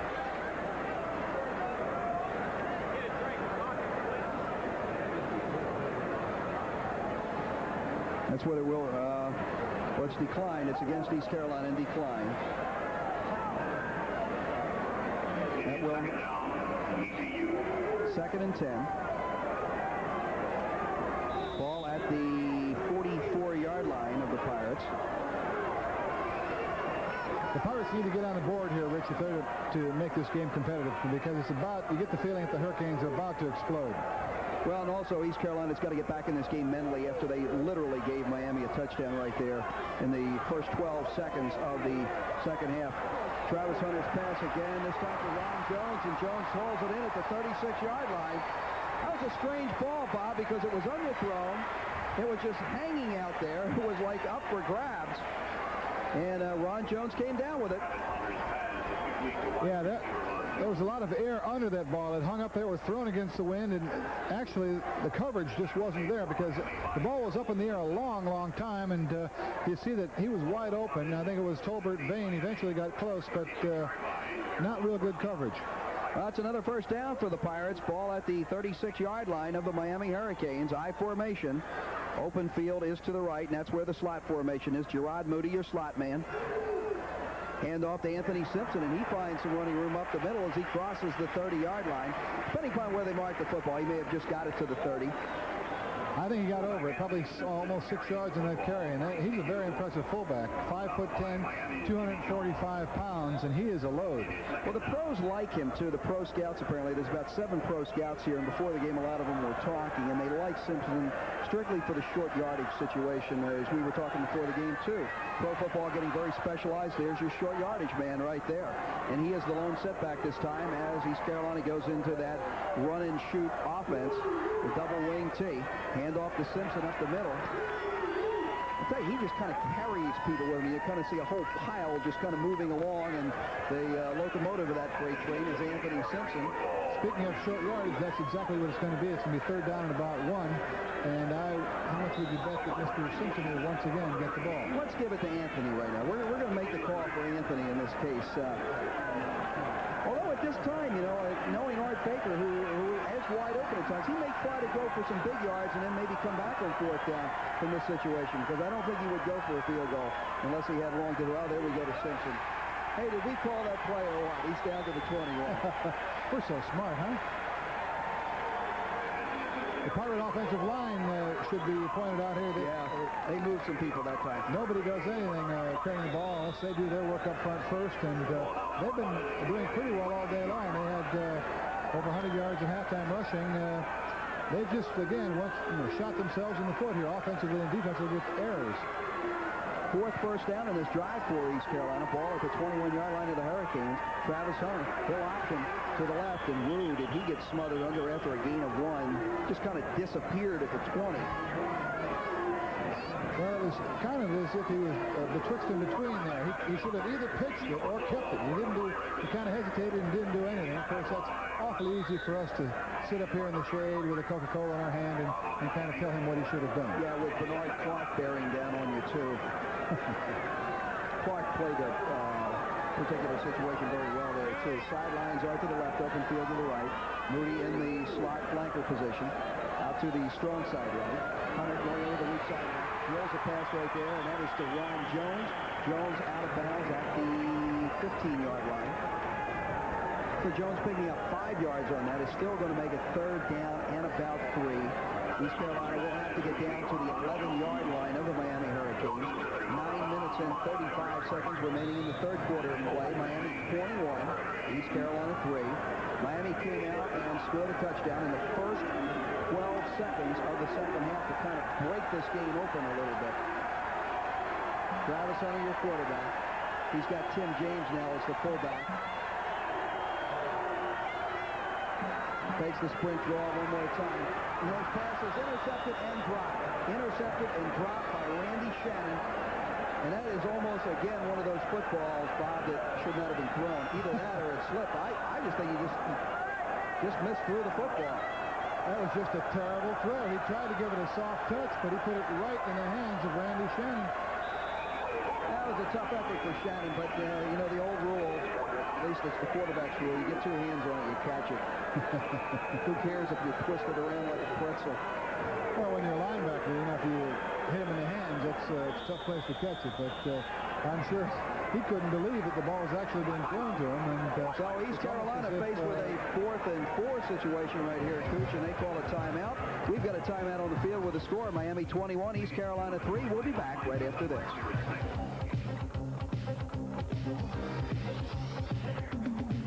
But this is also the Miami mascot down there. Celebrating Halloween today at Ficklen Stadium in Greenville, North Carolina. Miami leading the East Carolina Pirates 21-3. East Carolina faced with a crucial 4th and 4 situation here, exactly 9.5 minutes to go in the 3rd quarter. East Carolina trying to climb back into this football game. Touchdown, and they could possibly do it right here. Here's the pitch. We're going to go with the double reverse. Ron Jones, the flanker, around. Was Jones just nailed there by Greg Mark. Greg Mark coming out of nowhere. What a stick at the 14-yard line. And if Mark doesn't make that hit right there, Cooch, I think he's definitely got the first down. Maybe not the touchdown, but the first down. A big play by the sophomore Greg Mark, who's had a fine season. He's the leading sacker on the Hurricanes this year. I thought it was a good call. I like the call. They don't pass the ball real well, a misdirection play. And like you say, Rich, if he'd gotten by Greg Mark right here, he would have had the first down. Excellent play. Mark not only made the tackle, but avoided a blocker, beat the blocker, and then made the tackle. And textbook form on the tackle, too. He hit hard, and he wrapped. Okay, Miami taking over, and there's the handoff to Warren Williams, and Williams crosses the 20-yard line up to the 22. It'll be a pickup of about, well, let's see where we mark it right there. It'll be a pickup of almost 8 yards. Let's make it 2nd down and 3. We'll give them 7 on that. 9 minutes remaining in the 3rd quarter. That was a key defensive play. From the Pirate standpoint, they had to get the first down to get back in the ball game there, and Greg Mark almost single-handedly stymied that drive. 2nd down, 3. Handoff this time going to Melvin Bratton. He's got the first down, and he gets up to the 30-yard line. Now let's go down to the field to Cambrell Marshall. Rich, one of the timeout that East Carolina took obviously helped them set up that play, but it also was a very good timeout for Miami, because when they came over to the sideline and talked about possibilities, one of the things first and foremost they said was watch out for that reverse. So the Miami defensive brain trust working quite well on that play. Cambrell, I want to come back to you after this play right here and ask you a question. It's now 1st and 10 for the Miami Hurricanes. Ball at the 29-yard line as Walsh goes back to pass, setting up the screen. There's a little dump, and Bratton actually kind of tripped there, and it's an incomplete pass. Cam, in the second half, has Miami come out with any different type of fire or anything like that? I know a lot of people accuse this team of being very businesslike and methodical. Have you noticed a different spark here in the second half? Well, they came out, they were very, very adamant about trying to erase the thought in people's minds. The same thought we had last week at Cincinnati, that this is no longer a first-half football team. They went into the locker room upset about their performance in the first half, came out determined to erase that erratic performance of the first half, and it showed in that first series, as you saw, when they recovered the fumble and went in for the score. So, yes, they are definitely very motivated to go ahead and make people understand and realize that this team is more than just a second-half team. Unfortunately, they waited until the second half to start showing that, however. Well, they looking pretty good here in the second half, especially defensively on that 2nd and 10 situation. Bratton carried across the middle. He picked up about 2 yards, gets the ball up to about the 31-yard line. 3rd down and 8 for the Miami Hurricanes. Bratton will be your lone setback. Steve Walsh, your quarterback. He's going the route for the Hurricanes so far. Walsh under pressure, gets it over to Bratton. No, Bratton across the 40. He's got the first down, still on his feet, and he's to the 44-yard line. Too many weapons. Down by Ellis Dillahunt. Too many weapons. The Hurricanes just have too much for them. That zone was cleared out because number 47, Michael Irvin, drove the cornerback off deep, leaving the soft underbelly of the Pirate defense exposed. You got Blades and Williams split out to the left. You got Irvin to the right. You just can't cover everybody. Who do you cover? That's the real question with this Miami team. You cover somebody, and there's always somebody good who's definitely going to be open or who's going to work their way open. Walsh back to pass in the first down situation. Brian Blades, 40, 35, 30, and he's knocked out of bounds at the 28-yard line. The Hurricanes' next home game is next Saturday, November 7th. That'll be against the Redskins of Miami University, the school known as the Cradle of Coaches. Tickets are available for Miami and all remaining Hurricane home games at all Bass outlets or at the Hurricane ticket office, or you can call 1-800-GO-CANES. And right now, that's what the Canes are doing. Go Canes. They're down to the 28-yard line of the East Carolina Pirates. Looking very impressive here, Cooch, in the second half. I think Cambrell hit it on the head down there. They're fired up, and I think they want to erase that first half. Here's our friend Warren Williams. He's across the 20, and he's down to the 18, maybe the 17, and that could be enough for another first down, depending upon where the football is placed. Warren Williams carries the football for Miami. He is just shy of the 18-yard line, so it will not be quite enough for a first down. A shot of Jimmy Jones. Got a nice back on the knee there, Cooch. Precaution. Yeah, I would say it's just kind of keep the swelling down. I don't think it's anything serious. 2nd and 1. Walsh rolling to his right, gets it to Bratton. The ball is complete, and there's a flag on the play, and I think what they're going to get, they're going to get a late hit. John Williamson made the tackle downfield, but they are going to get a late hit there on the part of East Carolina. It looked like Ellis Dillahunt was a little late on that hit there. He was blitzing, and he just nailed Walsh after the ball was thrown. So we'll get a roughing the passer. Let's watch this one, Cooch. Steve Walsh paying the price that quarterbacks do. Looked to me like he could have held up, huh? Yeah, he could have. But you know, when you're rushing the passer, that quarterback is a target too, especially one like Walsh. He's eluded a lot of tacklers today, and that can be very frustrating to those pursuit men coming in. That's what it will be. It'll be roughing the passer. We'll move the football inside the 10-yard line, down to the 9, so it'll be 1st and goal for the Miami Hurricanes. 6 minutes and 10 seconds remaining in the 3rd quarter. Miami leading this football game 21-3 over East Carolina. Steve Walsh bringing his Hurricanes out. He'll have a split backfield. Melvin Bratton, Warren Williams. Blades will be flanked out to the left. Long count. Walsh back to pass, going to the right side. Ball is batted down, and a nice defensive play right there. Good defensive play by Junior Robinson. Junior Robinson coming over. Junior Robinson with a very fine defensive play. Steve Walsh has intended for wide receiver Mike Irvin is incomplete. Excellent one-on-one coverage. You see Walsh making the delivery here. Ball's right on target from this angle. You can just see that Junior Robinson was right with Michael Irvin step for step. And that says something right there, just being with Michael Irvin step for step. And that was a very, very nice halftime piece that Cambrell had, by the way, on Michael Irvin. Very interesting individual. A human highlight reel in his own respect. Walsh, touchdown pass. Oh, Brian Blades, touchdown. Career touchdown number 14. Look at that, and did he take a whack in the end zone? I think the pro scouts watching that too, Cooch, are going to see something that this young man not only can catch a football, not only can concentrate, he can take a whack and still hold on to the football. Well, I think when you're raised with Benny Blades as your brother, you probably took a few whacks, and he They must have had some great backyard brawls, those two. Wow. Oh. Boy, that says a lot right there. Big leg. Here we go. Greg Cox in to attempt his 4th extra point of the day. It is up. It is good. And we've got Miami on top of East Carolina right now by a score of 28-3. We'll be back with a Miami kickoff right after this brief timeout. The University of Miami 28. Thanks to you. Miami breaking this game open now in the second half with 5 minutes and 42 seconds remaining in the 3rd quarter. Miami 28, East Carolina 3. Edgar Bennis will be doing the kicking off for the Miami Hurricanes. Basketball season tickets are available now. Join us for the best season ever, including home games with national powers Georgetown, DePaul, and Florida. For tickets and information, call 1-800-GO-CANES. Reggie Branch and Junior Robinson deep for the East Carolina Pirates. Edgar Bennis will be kicking off. And we might add this for what, the third time here in the second half. There's his kick. It's going over to the direction of Junior Robinson. He's going to field it at about the 12-yard line. He's up to the 20, across the 20, and he's only going to get to the 24-yard line.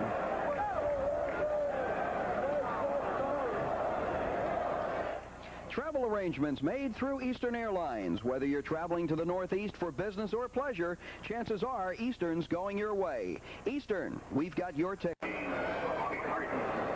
Well, we were talking about Craig Erickson a little bit earlier, Cooch, and it looks like he's getting ready to go into the football game. Yeah, I know that Coach Johnson wanted to give Craig a lot of playing time this week, if possible.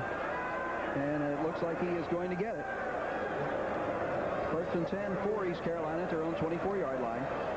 Travis Hunter fakes it to Simpson, and he goes to his pitch man, Reggie McKinney, and McKinney just has nowhere to go. He's going to lose about 4 yards on that play.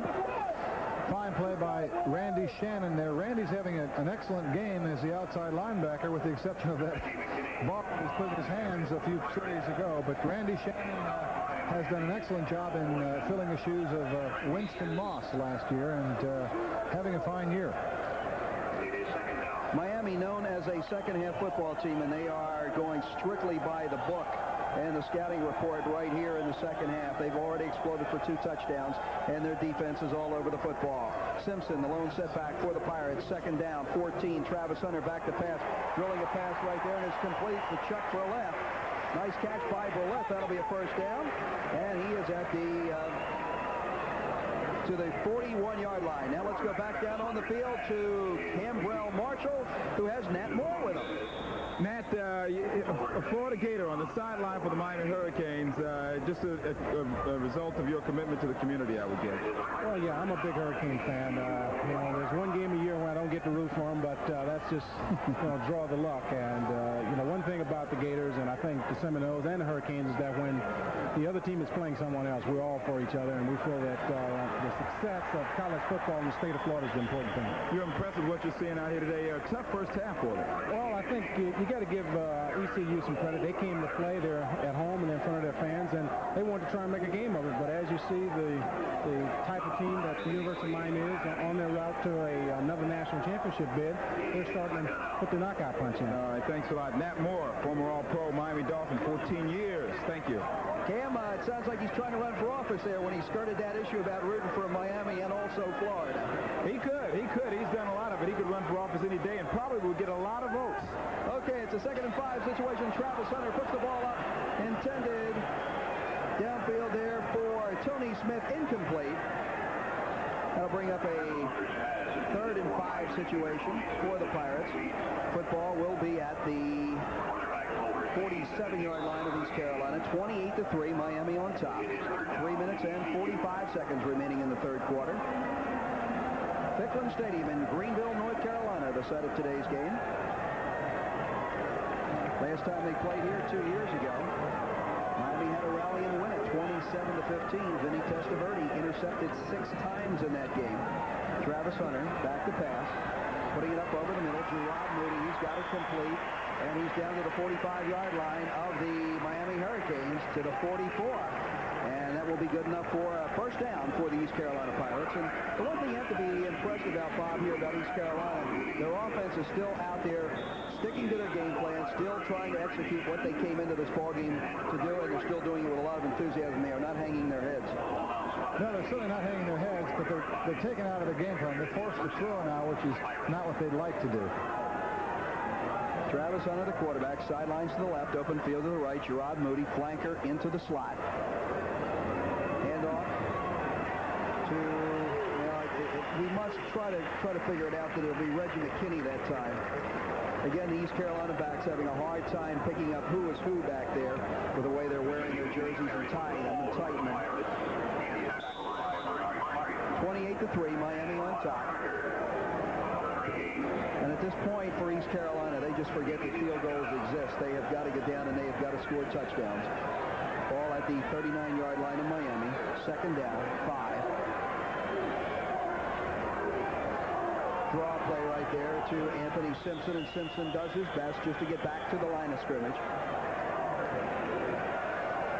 Rod Carter with the stop there for the Miami Hurricanes. Carter now the leading tackler on the Miami Hurricanes team this season. It's the first time that George Meyer Jr. has not led the team in tackles in the last 3 years. George Meyer Jr. on the sidelines today with a bruised deltoid muscle. Was scheduled only to play if needed, and at this point it looks unlikely that he'll be in there. Travis Hunter, little throwback pass to Ron Jones. Jones has a little bit of running room, crosses 35 down to the 33, and he has got the first down for the Pirates, so they keep this drive alive. 1 minute and 56 seconds remaining in the third quarter.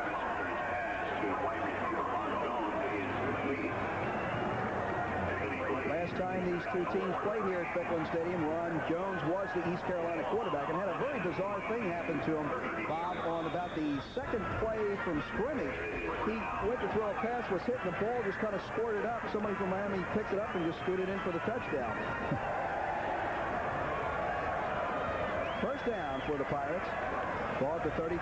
There's the pitch to Reggie McKinney. McKinney across the 30, and he carries some people to about the 26, maybe the 25-yard line. That's what it's going to be. Depending upon where he went out of bounds, may even be marked across the 25. Let's see exactly the positioning of the football. It's across the 25, just shy of the 24-yard line. Pickup of 8, second down and 2, 1:37 remaining in the third quarter. Miami on top of East Carolina, 28-3. East Carolina trying to do something right here to get back in this football game. They played so well in the first half.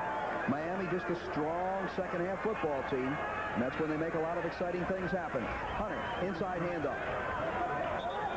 And going down to the 23-yard line, Tim James.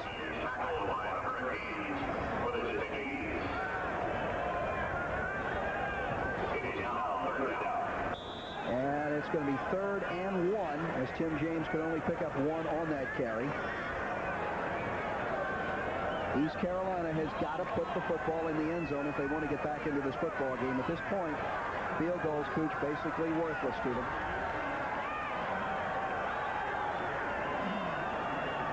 Hunter inside handoff to James, and he has got the first down this time as he's hit and gives a good second effort and gets across the 20. So that'll be a first down for the East Carolina Pirates, and they'll keep this drive going. Ball just across the 20.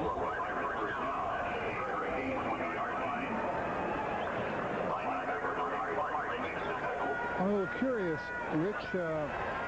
Daniel Stubbs is playing right end. Bill Hawkins has been taken out. I know they're trying to play Willie Pegues, but I wasn't aware that Daniel Stubbs will be playing the right defensive end.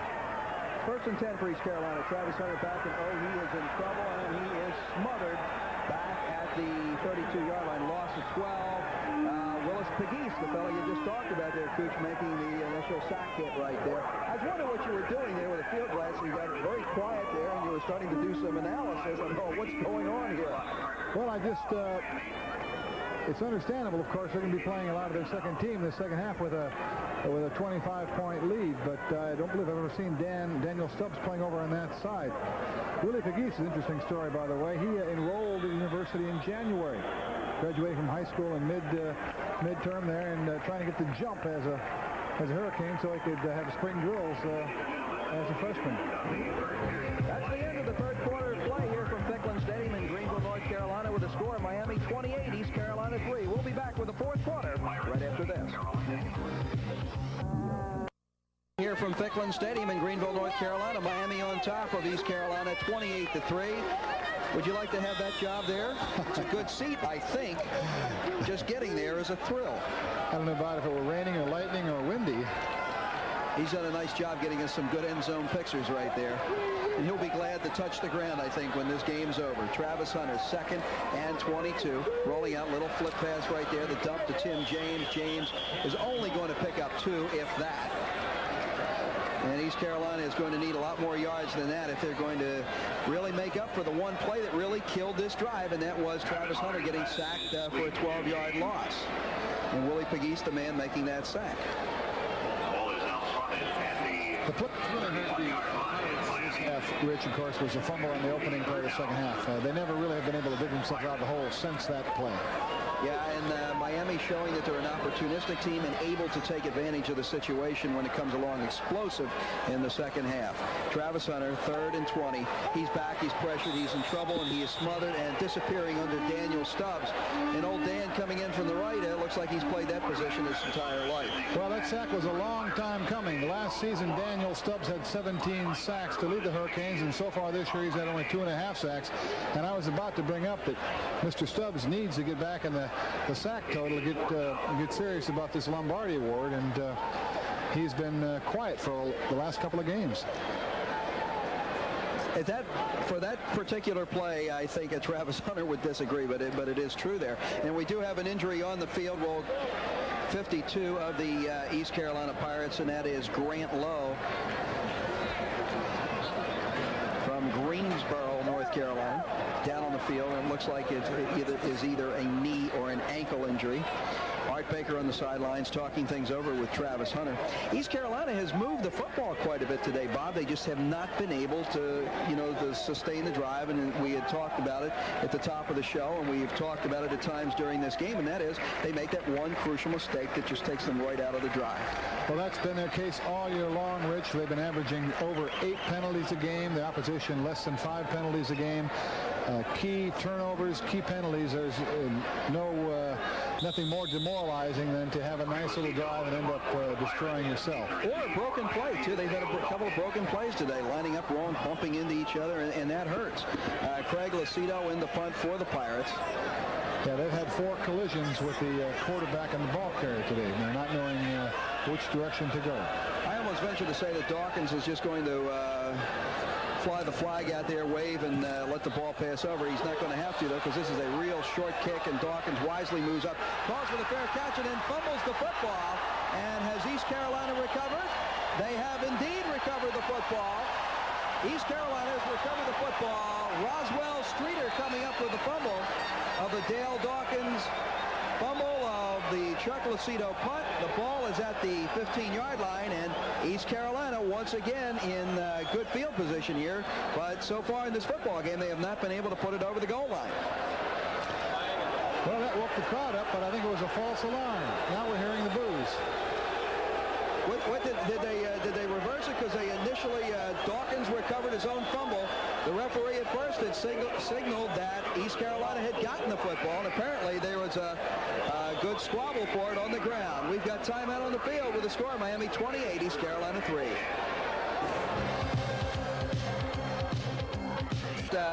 Play, did Dale Dawkins fumble and lose it, or did he fumble and recover it? They ruled that he did recover it now after some controversy. Craig Erickson, the new Hurricane quarterback. Ball at the 15-yard line of Miami.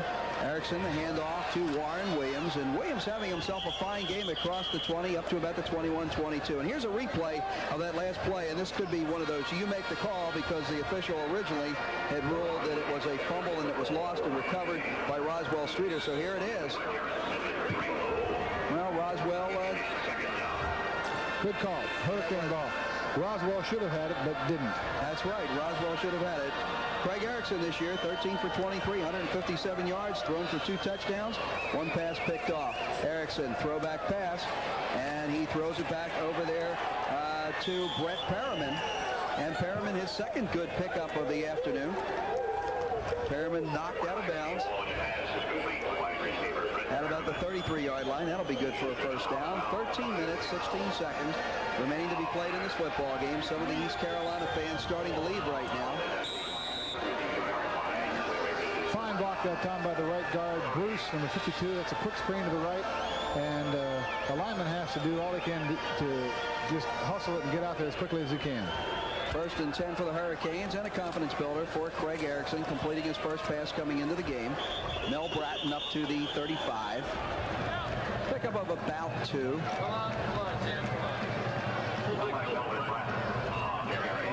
Let's give him about 3. We'll make it second down and 7 for the Hurricanes. Ball exactly in the center of the playing field at the 35-yard line of the Miami Hurricanes.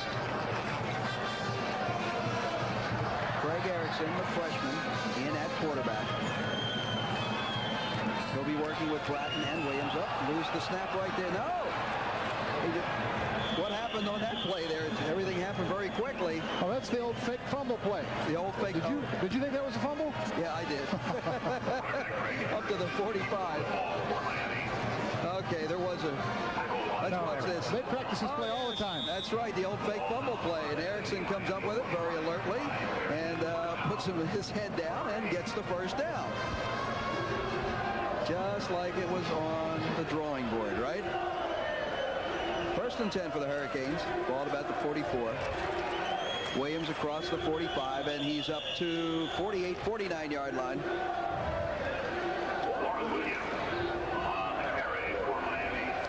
Look at Brian Blades on the sideline. I wonder if he got that, Cooch, when he was popped in the end zone right there. I think that's probably the case because, as you know, right after the touchdown there, he had his shoulder pads off quickly. I think that's exactly what happened to him.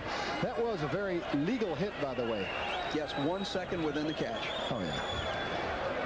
That'll be 2nd down and 7 to go for the Hurricanes. Erickson back to pass. Oh, wide open right there. Charles Henry eludes one tackler down across the 25, and Charles Henry with a nifty little move at about the 30-yard line, and he got himself about 7 extra yards with that. I tell you, these big tight ends like to show that they have a couple of swivel hips every now and then, too.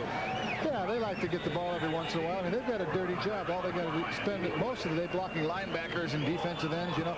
They like a little glory every once in a while, too. A little nifty move there, huh? He knows what to do with it. Says, hey, give me a chance, baby. I'll do something with it. Nice shot from our friend there in the end zone basket out there. 1st and 10 for the Hurricanes. Ball at the 23-yard line. Melvin Bratton has crossed the 20, and he'll be driven out of bounds at about the 18. Give Bratton a pickup of about 5, maybe 6 yards on the carry. Clock stopped, 11:09. And that was 5 yards all on Mel Bratton, too. He out-positioned the defense. There was really nowhere to run. I don't know how a man that big makes those moves and milks 5 yards. He kind of runs like a boa constrictor. It's kind of like in every direction at once. I just don't know how to describe it, but it works. And he hits you hard, too. That he does. Let's make it 2nd and about 3 to go for the Hurricanes. Handoff there to Williams. Eludes one tackler. Across the 15. And he's out of bounds. And depending upon where he stepped out of bounds will determine whether the Hurricanes have another first down. Excellent block once again by Mel Bratton. I don't believe I've ever seen a college back that does as fine a blocking for his battery mates as Mel Bratton does. Not only an excellent ball carrier and receiver, but well-rounded, very unselfish player, and puts the helmet and the shoulder pads into the midsections of those linebackers very willingly. Well, another 1st and 10 situation for the Miami Hurricanes. Ball at the 13-yard line of East Carolina. Nice drive here, engineered too by freshman quarterback Craig Erickson. Hand off to Williams, and Williams, good second effort. He crosses the 5, and he's down to about the 2-yard line. Getting back to Melvin Bratton, you were an all-pro and played for many years in the NFL, Bob. I think he's got what it takes to be a very, very good NFL back, not just make it in the league. I think he could be, I don't know, I would compare him to a Chuck Foreman. I don't know if that's right or not, but I think he's going to have a stellar career in the pros. Well, there's no question he's got the ability, and he's not one-dimensional again. He can run, he can catch the ball, and he's also an excellent blocker. 1st and goal for the Miami Hurricanes. Craig Erickson, the quarterback. He's back to pass. Rolling to his right. He's in some trouble. He gets rid of it. He throws it. It's incomplete. Good heads-up play by the young freshman. Didn't want to take the sack, threw the ball into the ground, knew that it couldn't be intercepted there. Bright future for this young man. Coach Jimmy Johnson and his staff are very excited about his future. He's out of Palm Beach, Florida, one of the highly recruited quarterbacks in the country last year. And it tells you about something about this young man's brain or character. When he signed with the University of Miami right at the time when the much heralded Jeff George was announcing that he was leaving Purdue and coming to Miami. And in effect, Craig Erickson said, in your face, Jeff George, let's go. I'm going to challenge you. And Jeff George said, I'm going to Champaign-Urbana and play for Mike White at Illinois. There's Mel Bratton trying to dive over. He won't make it. And, you know, talking about Erickson again, you know, the poise, the guy he went for was Milton Biggins that time, a tight end who was probably not the primary receiver on that either, showing the fact that he has the poise to scan a field while he's under the tremendous pressure and that type of thing. Remember, he started this drive back deep in his own territory at the 15-yard line. So he's shown us something right here, and I know he's looked good in the earlier performances he's had an opportunity to play in this year. He also has a very strong right arm. Third down and goal for the Miami Hurricanes. About a yard to go. Lined up tight this time. See who they try to punch it in with. There goes Warren Williams, and his knee touchdown. His knee touchdown back there too. Even if he'd have gotten across, it probably would not have counted unless they didn't catch his knee hitting there. But he tried to make a very sharp cut, depending upon where they mark the football out here. That's going to be fourth, and I would almost venture to say that Miami goes for it in this situation. 9 minutes and 22 seconds remaining in the game, up by 25 points, 28-3. I don't know. They don't want to be accused of running up the score now. What should we do? I'll tell you this, I would rather have somebody try to punch it over than kick it over in this situation. At least you know they earned it that way. Well, it's fourth and goal. The I formation set up this time. Rolling to his right, Erickson. There is a penalty flag down. Here's the pass. It's to Michael Irvin, and the flag's on somebody. And will Michael Irvin have his second touchdown of the day called back? It's his 24th career touchdown reception. I don't know the Hurricanes were set. I don't think they were set for a full second before the snap of the ball. And that's going to be a tough one for Michael Irvin right there to have his second touchdown of the day called back. But apparently that is going to be the case, as the officials were conferring with one of the East Carolina captains, Ellis Dillon. A couple of flags down, too. And illegal motion. 8 minutes, 58 seconds remaining in this game. Well, now apparently Erickson's coming off. I think with 4th and 6, you might want to go for the 3 here. And that's exactly what they're going to do. Let Greg Cox build on his already University of Miami scoring record. Yeah, Cox, I'll tell you, is East Carolina calling a timeout here. Cox is having quite a year, too. He's 10 for 12 in field goals. And he's 24 for 24 in extra points, and he averages 10 points a ball game. Other than that, I think he sells popcorn and peanuts at halftime. Anyway, we're going to take a commercial break right here. Miami 28, East Carolina 3. We're back to Ficklin Stadium. Miami on top of East Carolina 28-3 and getting ready to try to add to that. We'll see a field goal attempt of about 23 yards from Greg Cox. His kick is up. His kick is good. And that will make the score now 31-3. Miami on top of the East Carolina Pirates.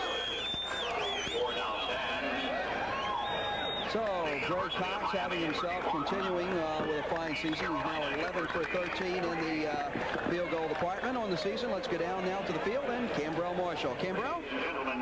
Mike Irvin almost always has a smile on his face, but today, obviously, not too much a smile about a couple of touchdowns called back, and he's ready to go ahead and try to get something happening so at least he can have that one touchdown to score. Okay, you're going to win. We talked earlier on the halftime feature. They really want to make sure that they win as a team, but let's face it, they're out here to go ahead and help win, and he feels that not having had a chance to go ahead and call a touchdown his own, he may not be able to do as much as he could. By the way, it's Benny Blades, a defensive guy who was out, and Brian Blades, who also had a bruise on his shoulder.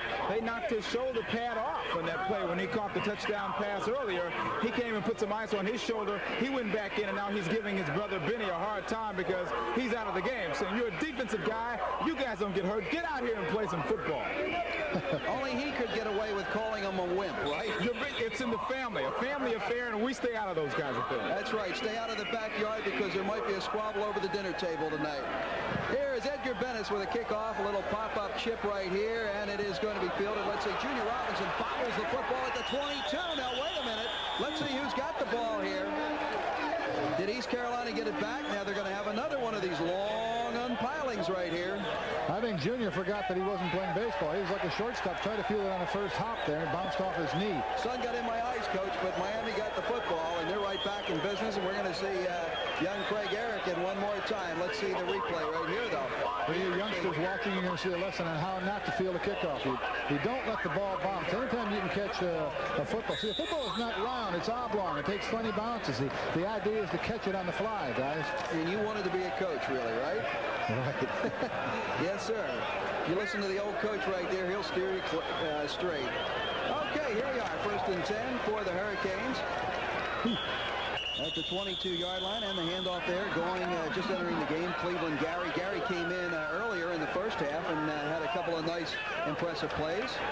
How about that name there, Highsmith, Alonzo Highsmith, the cousin, signed a very lucrative contract with the Houston Oilers just this week after averting a court case, which is where a lot of pro sports seem to head these days. We've got an injury on the field, and it looks like Mike Donahue, number 95, is down for the East Carolina Pirates. And point that Cambrell was pointing out down there, talking about Michael Irvin dejected on the sidelines, and that was that he's had 2 touchdowns called back. And we'll talk about Michael Irvin, though, when we come back right after this brief timeout with a score: Miami 31, East Carolina 3. Back, and it is 2nd down and 10, and Craig Erickson under a lot of trouble getting the football away, and well, they're going to call, there's a flag down there, but I honestly don't know if they could really call that intentional grounding. They are going to call it intentional grounding, but there was actually a receiver right in the area, and it was Brett Perriman.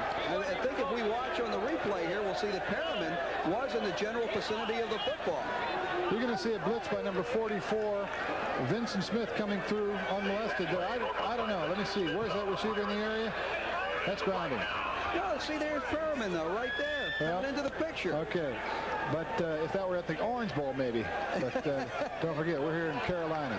Yeah, but it's the same officiating crew from the Southern Independent Officials Association. Oh, here he is. He is in trouble. Well, he just gets it away. I don't know. He kind of looked over there. But look at now. Perriman's going to come in. Where is? Oh, yeah, there he is. Yeah. There he is. Good presence of mind by the freshman quarterback, but I think he got caught. All right. We'll lose the down, too. It'll be 3rd down and 24 to go for the 1st down. Split backfield. Conley in the lineup. And, boy, that's who is going deep right here to Brett Perriman. Incomplete in the end zone. Incomplete, intended for Brett Perriman, who I still say that last pass was intended for, Cooch. And that's going to bring up a 4th and 24 situation for the Miami Hurricanes. Ball at the 35-yard line of East Carolina.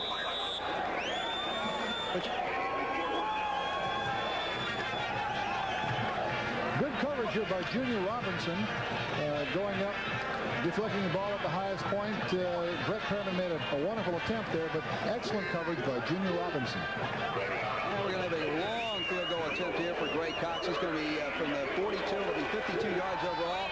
Oh, he drills it. Does he have the distance? And it's good. Oh, what about that with Greg Cox? And he's hit his point average, by the way, too. He's now 12 for 14 on the season in field goals.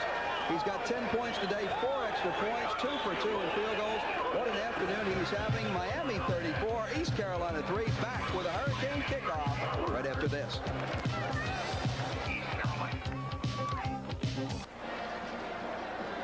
Miami 34, East Carolina 3. And Cooch, let's take a look at that 52-yard field goal from Greg Cox.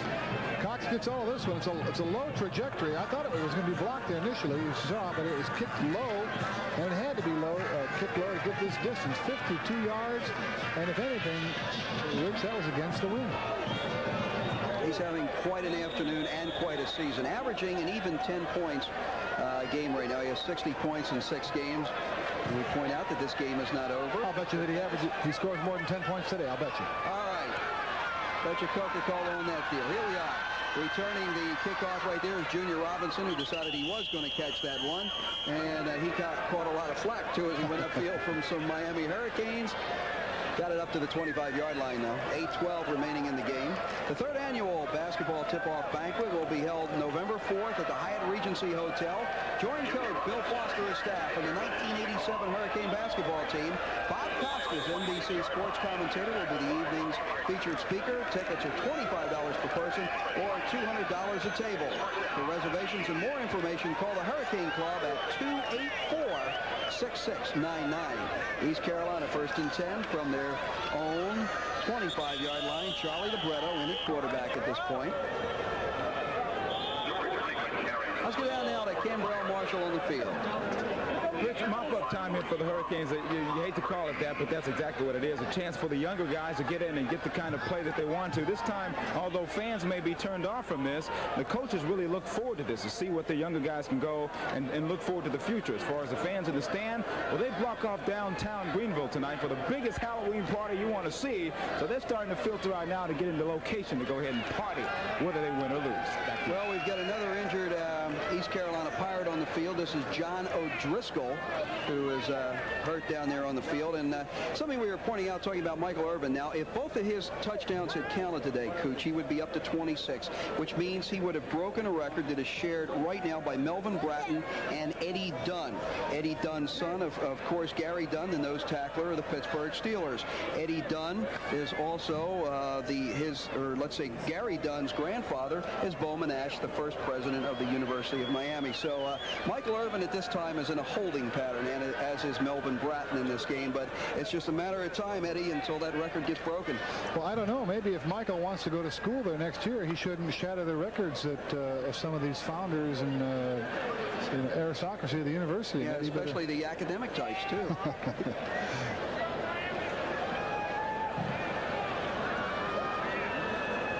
While we have this delay in the action, let's take a look at some of the people who have made today's broadcast possible for you.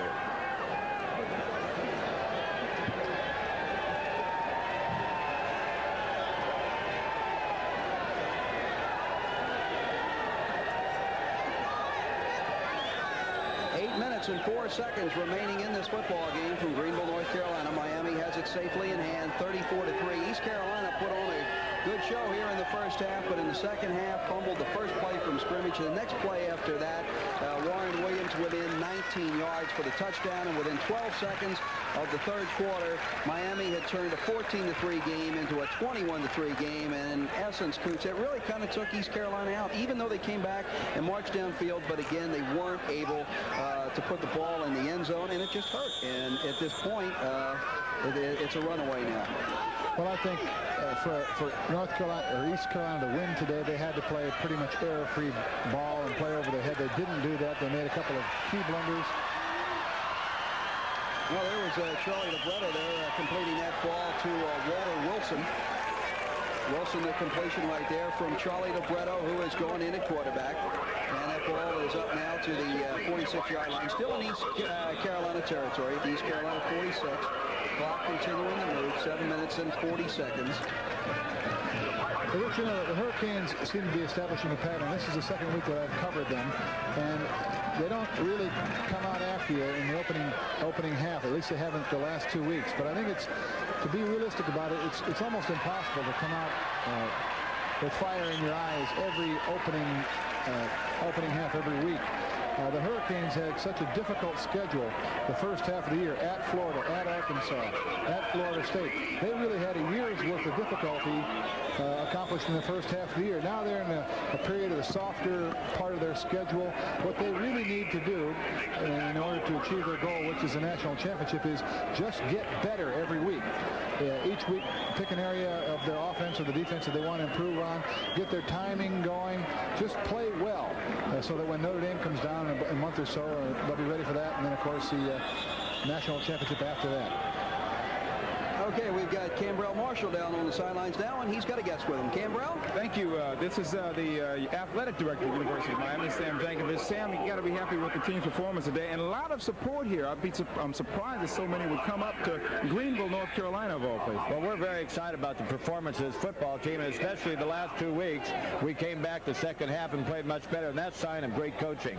And then on the other hand, it just seems like our crowds keep multiplying on the road. We bring more people, and I really think it says an awful lot about the overall growth of our program. You got people coming up so many. I understand you had to get a few more planes to get everybody up here. We had to get a few more planes, and hopefully it'll continue to grow, and we'll have to get more planes. Now, if they can just come out to the Orange Bowl, Sam says, you'll be happy. Now we have 5 games at home, and I surely hope that the people will come out and support this team because it deserves the support of the community. And what better advertising can our great community have than the Hurricane football team right now? Okay. Thank you very much, Sam Jankovich, Athletic Director, University of Miami. Miami. Back to you. Thank you, gentlemen. And we see that Ron Jones has been a busy receiver for the East Carolina Pirates, but again, they have not been able to put the ball across the goal line of the Miami Hurricanes. Canes leading this game 34-3. Charlie Libretto in the quarterback for East Carolina. Carrying the football is Daniel Harper. And he's driven down hard after a pickup of about 3 yards. Miami closing out their road schedule right here too, Cooch. The remaining 5 games of this season are at home. Look at that. On the sideline. The headless player. Looks like old Benny's taking the rest of the afternoon off right there. A very artistic shot, the headless horseman. I'd say we better be careful. He may come looking for us too. 4th down. East Carolina's going to go for it. About 4th and 6. Libretto back to pass. Across the middle. It's broken up, and Miami is going to take over on downs. Getting a hand on that ball is Herbert James. Herbert James getting a hand on it, breaking it up. Miami takes over on downs, 4:58 remaining in the game.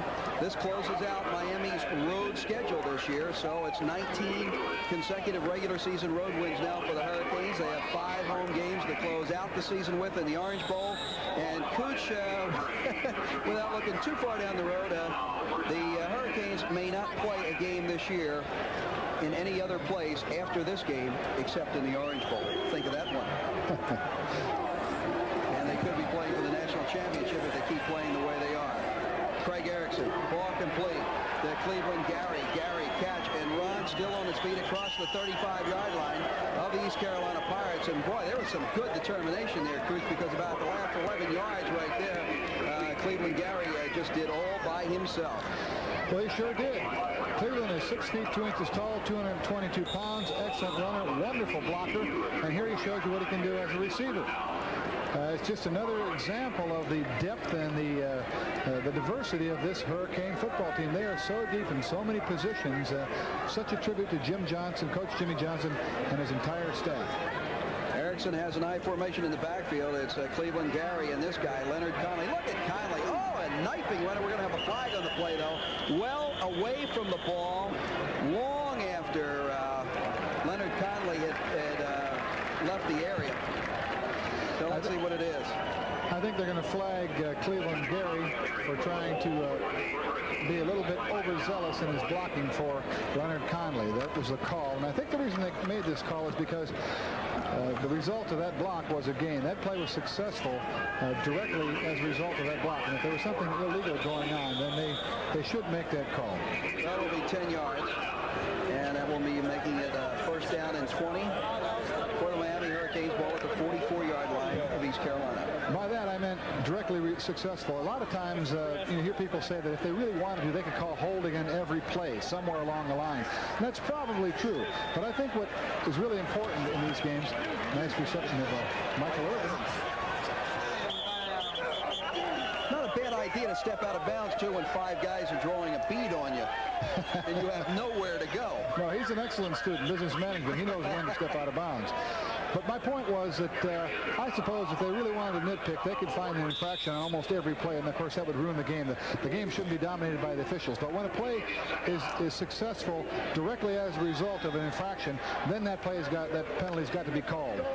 Very good analysis right there. But again, you know, we go back to Conley. He's so exciting when he gets the football. He's so quick with his acceleration off of his cuts.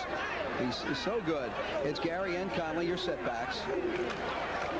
Craig Erickson, your quarterback, goes to Conley. There he goes, 20.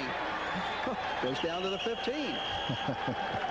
Kind of like a water bug. I'll tell you, with him, you know, you're supposed to be calling the play, and I just kind of caught myself there just kind of watching him right there rather than wanting to say anything. He's going to be just an exceptional collegiate runner. There's no doubt about that. Only a freshman. Hard to believe that he's just 170 pounds, but a very strong kid, though. And he likes to hit people. That is hard to believe. 170 is small. It is. Well, in this day and age. Here's Cleveland Gary, and he kind of gets introduced to the center of the East Carolina defense. 3 minutes and 20 seconds remaining in this football game. Miami with a very healthy 34-3 lead. Miami averaging 40 points a game this season, 404 yards total offense.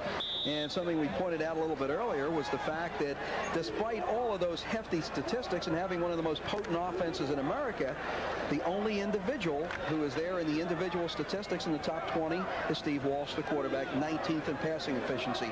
That's how they divvy up the wealth on this team, and that's the secret of success. As Michael Irvin put it so well in his piece with Cambrell, Erickson back to pass. Ball is complete there to Brett Perriman. Perriman having a nice afternoon today, and he is down at about the 8-yard line. Maybe now they're going to mark it at the 9, but is going back there. It's big team, little I. I like that. Big team, little I. Very strong statement there from Michael Irvin. And you know, Rich, you talk about Brett Perriman. This young man made a very strategic decision this past week, and that was to come back and play the remainder of this year. He had the option to sit out and come back again next year. He's a very talented young man on a very talented young team. And right now, for the remainder of this year, he's going to split that wide receiver spot with Brian Blades. So, in effect, he made the decision to play half a season, half the time. He's going to split the final half of the season with Brian Blades and try to make a good enough showing this second half of this season to get drafted by the pros. And he's certainly a talented young man and has a very good chance of going high in the draft. The other option he would have had, of course, would have been to stay on the injured list for the remainder of this year and come back next year after Brian Blades would have graduated, and Brett probably would have had that split end spot wide open to himself next year. But I know it's pretty hard when you're that competitive to sit back when you're healthy. Well, here we go with Cleveland Gary. Cleveland Gary, will he get in? He'll get in. Cleveland Gary with a touchdown. And at this point, that makes it 40-3, Miami. And you know, a lot of people have criticized Jimmy Johnson this year, Coach, for running up the score, but I say at this point, wait a minute. There are second unit ball players out there, and just to have your second string go in there and run dive left, dive right, dive left, dive right, that's wrong. Let's go down to the field to Cambrell Marshall. This is a very interesting game from a lot of respects, in that this is another game where the Hurricanes have scored some 40 points. This is the fourth game out of 6 that they've gone over at least 40. In one of those games, of course, 50 points as well. So Hurricanes well on track in terms of being able to score. If they can just keep that up and get ready for Notre Dame, they'll be in good shape. That's something to look forward to, and a school that's very dear to Bob Kuchenberg. We'll talk about that, though, when we come back with a score, 1:43 to go in the game. Miami 41, East Carolina 3.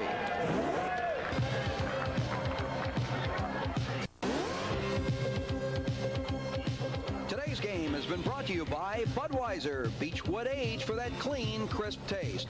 This Bud's for you. 1:43 remains in this football game. Miami a very comfortable lead, 41-3 over East Carolina. Edgar Bennis, the kickoff, a little chip shot. Last time it went into this area, it resulted in a fumble, but not this time. Tim James comes up with, whoa, he finds a little bit of running room, comes out of the pack, and he's across midfield. And a good tackle made there by Maurice Crum. Not that James would have gone the distance, but still Maurice Crum did save some yardage right there. And let's look at this replay right here. Tim James takes it at about the 20. Just kind of comes out of the pack there, doesn't he, Coop?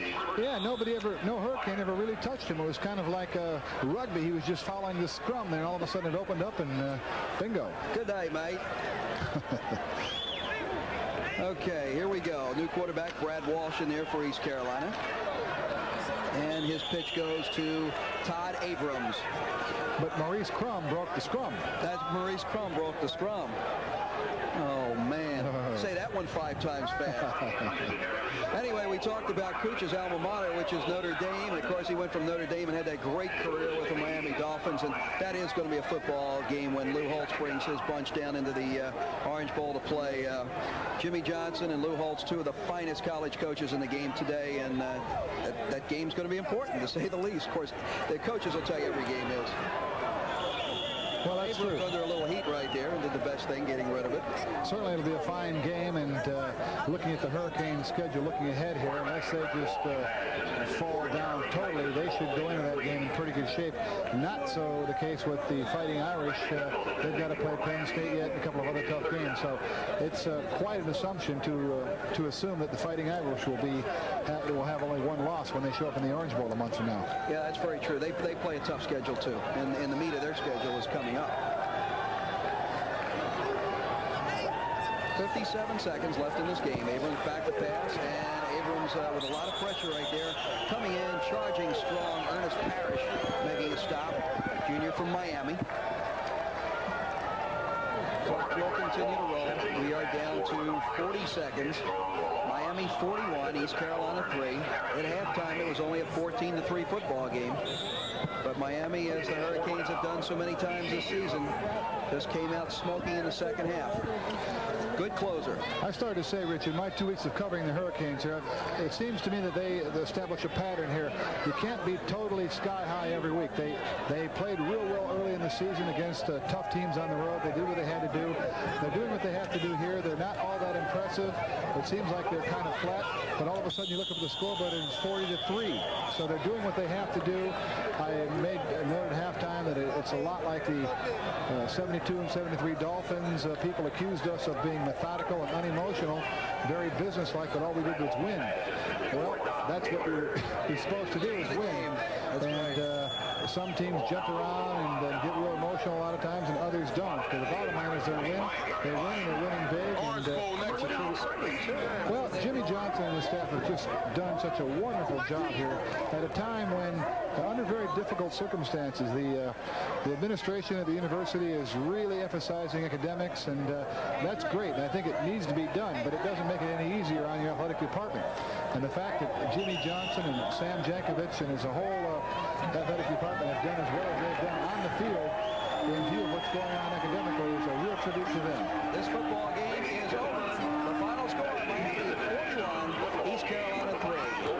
A good win for the Miami Hurricanes here today, and you pointed out an interesting thing there, too, Coach, about talking about academics. Jimmy Johnson now is graduating over 80% of his players. Most universities in America don't graduate from their general student body 80% of their students. So that's a tribute right there. The commitment has been made, and it's being executed.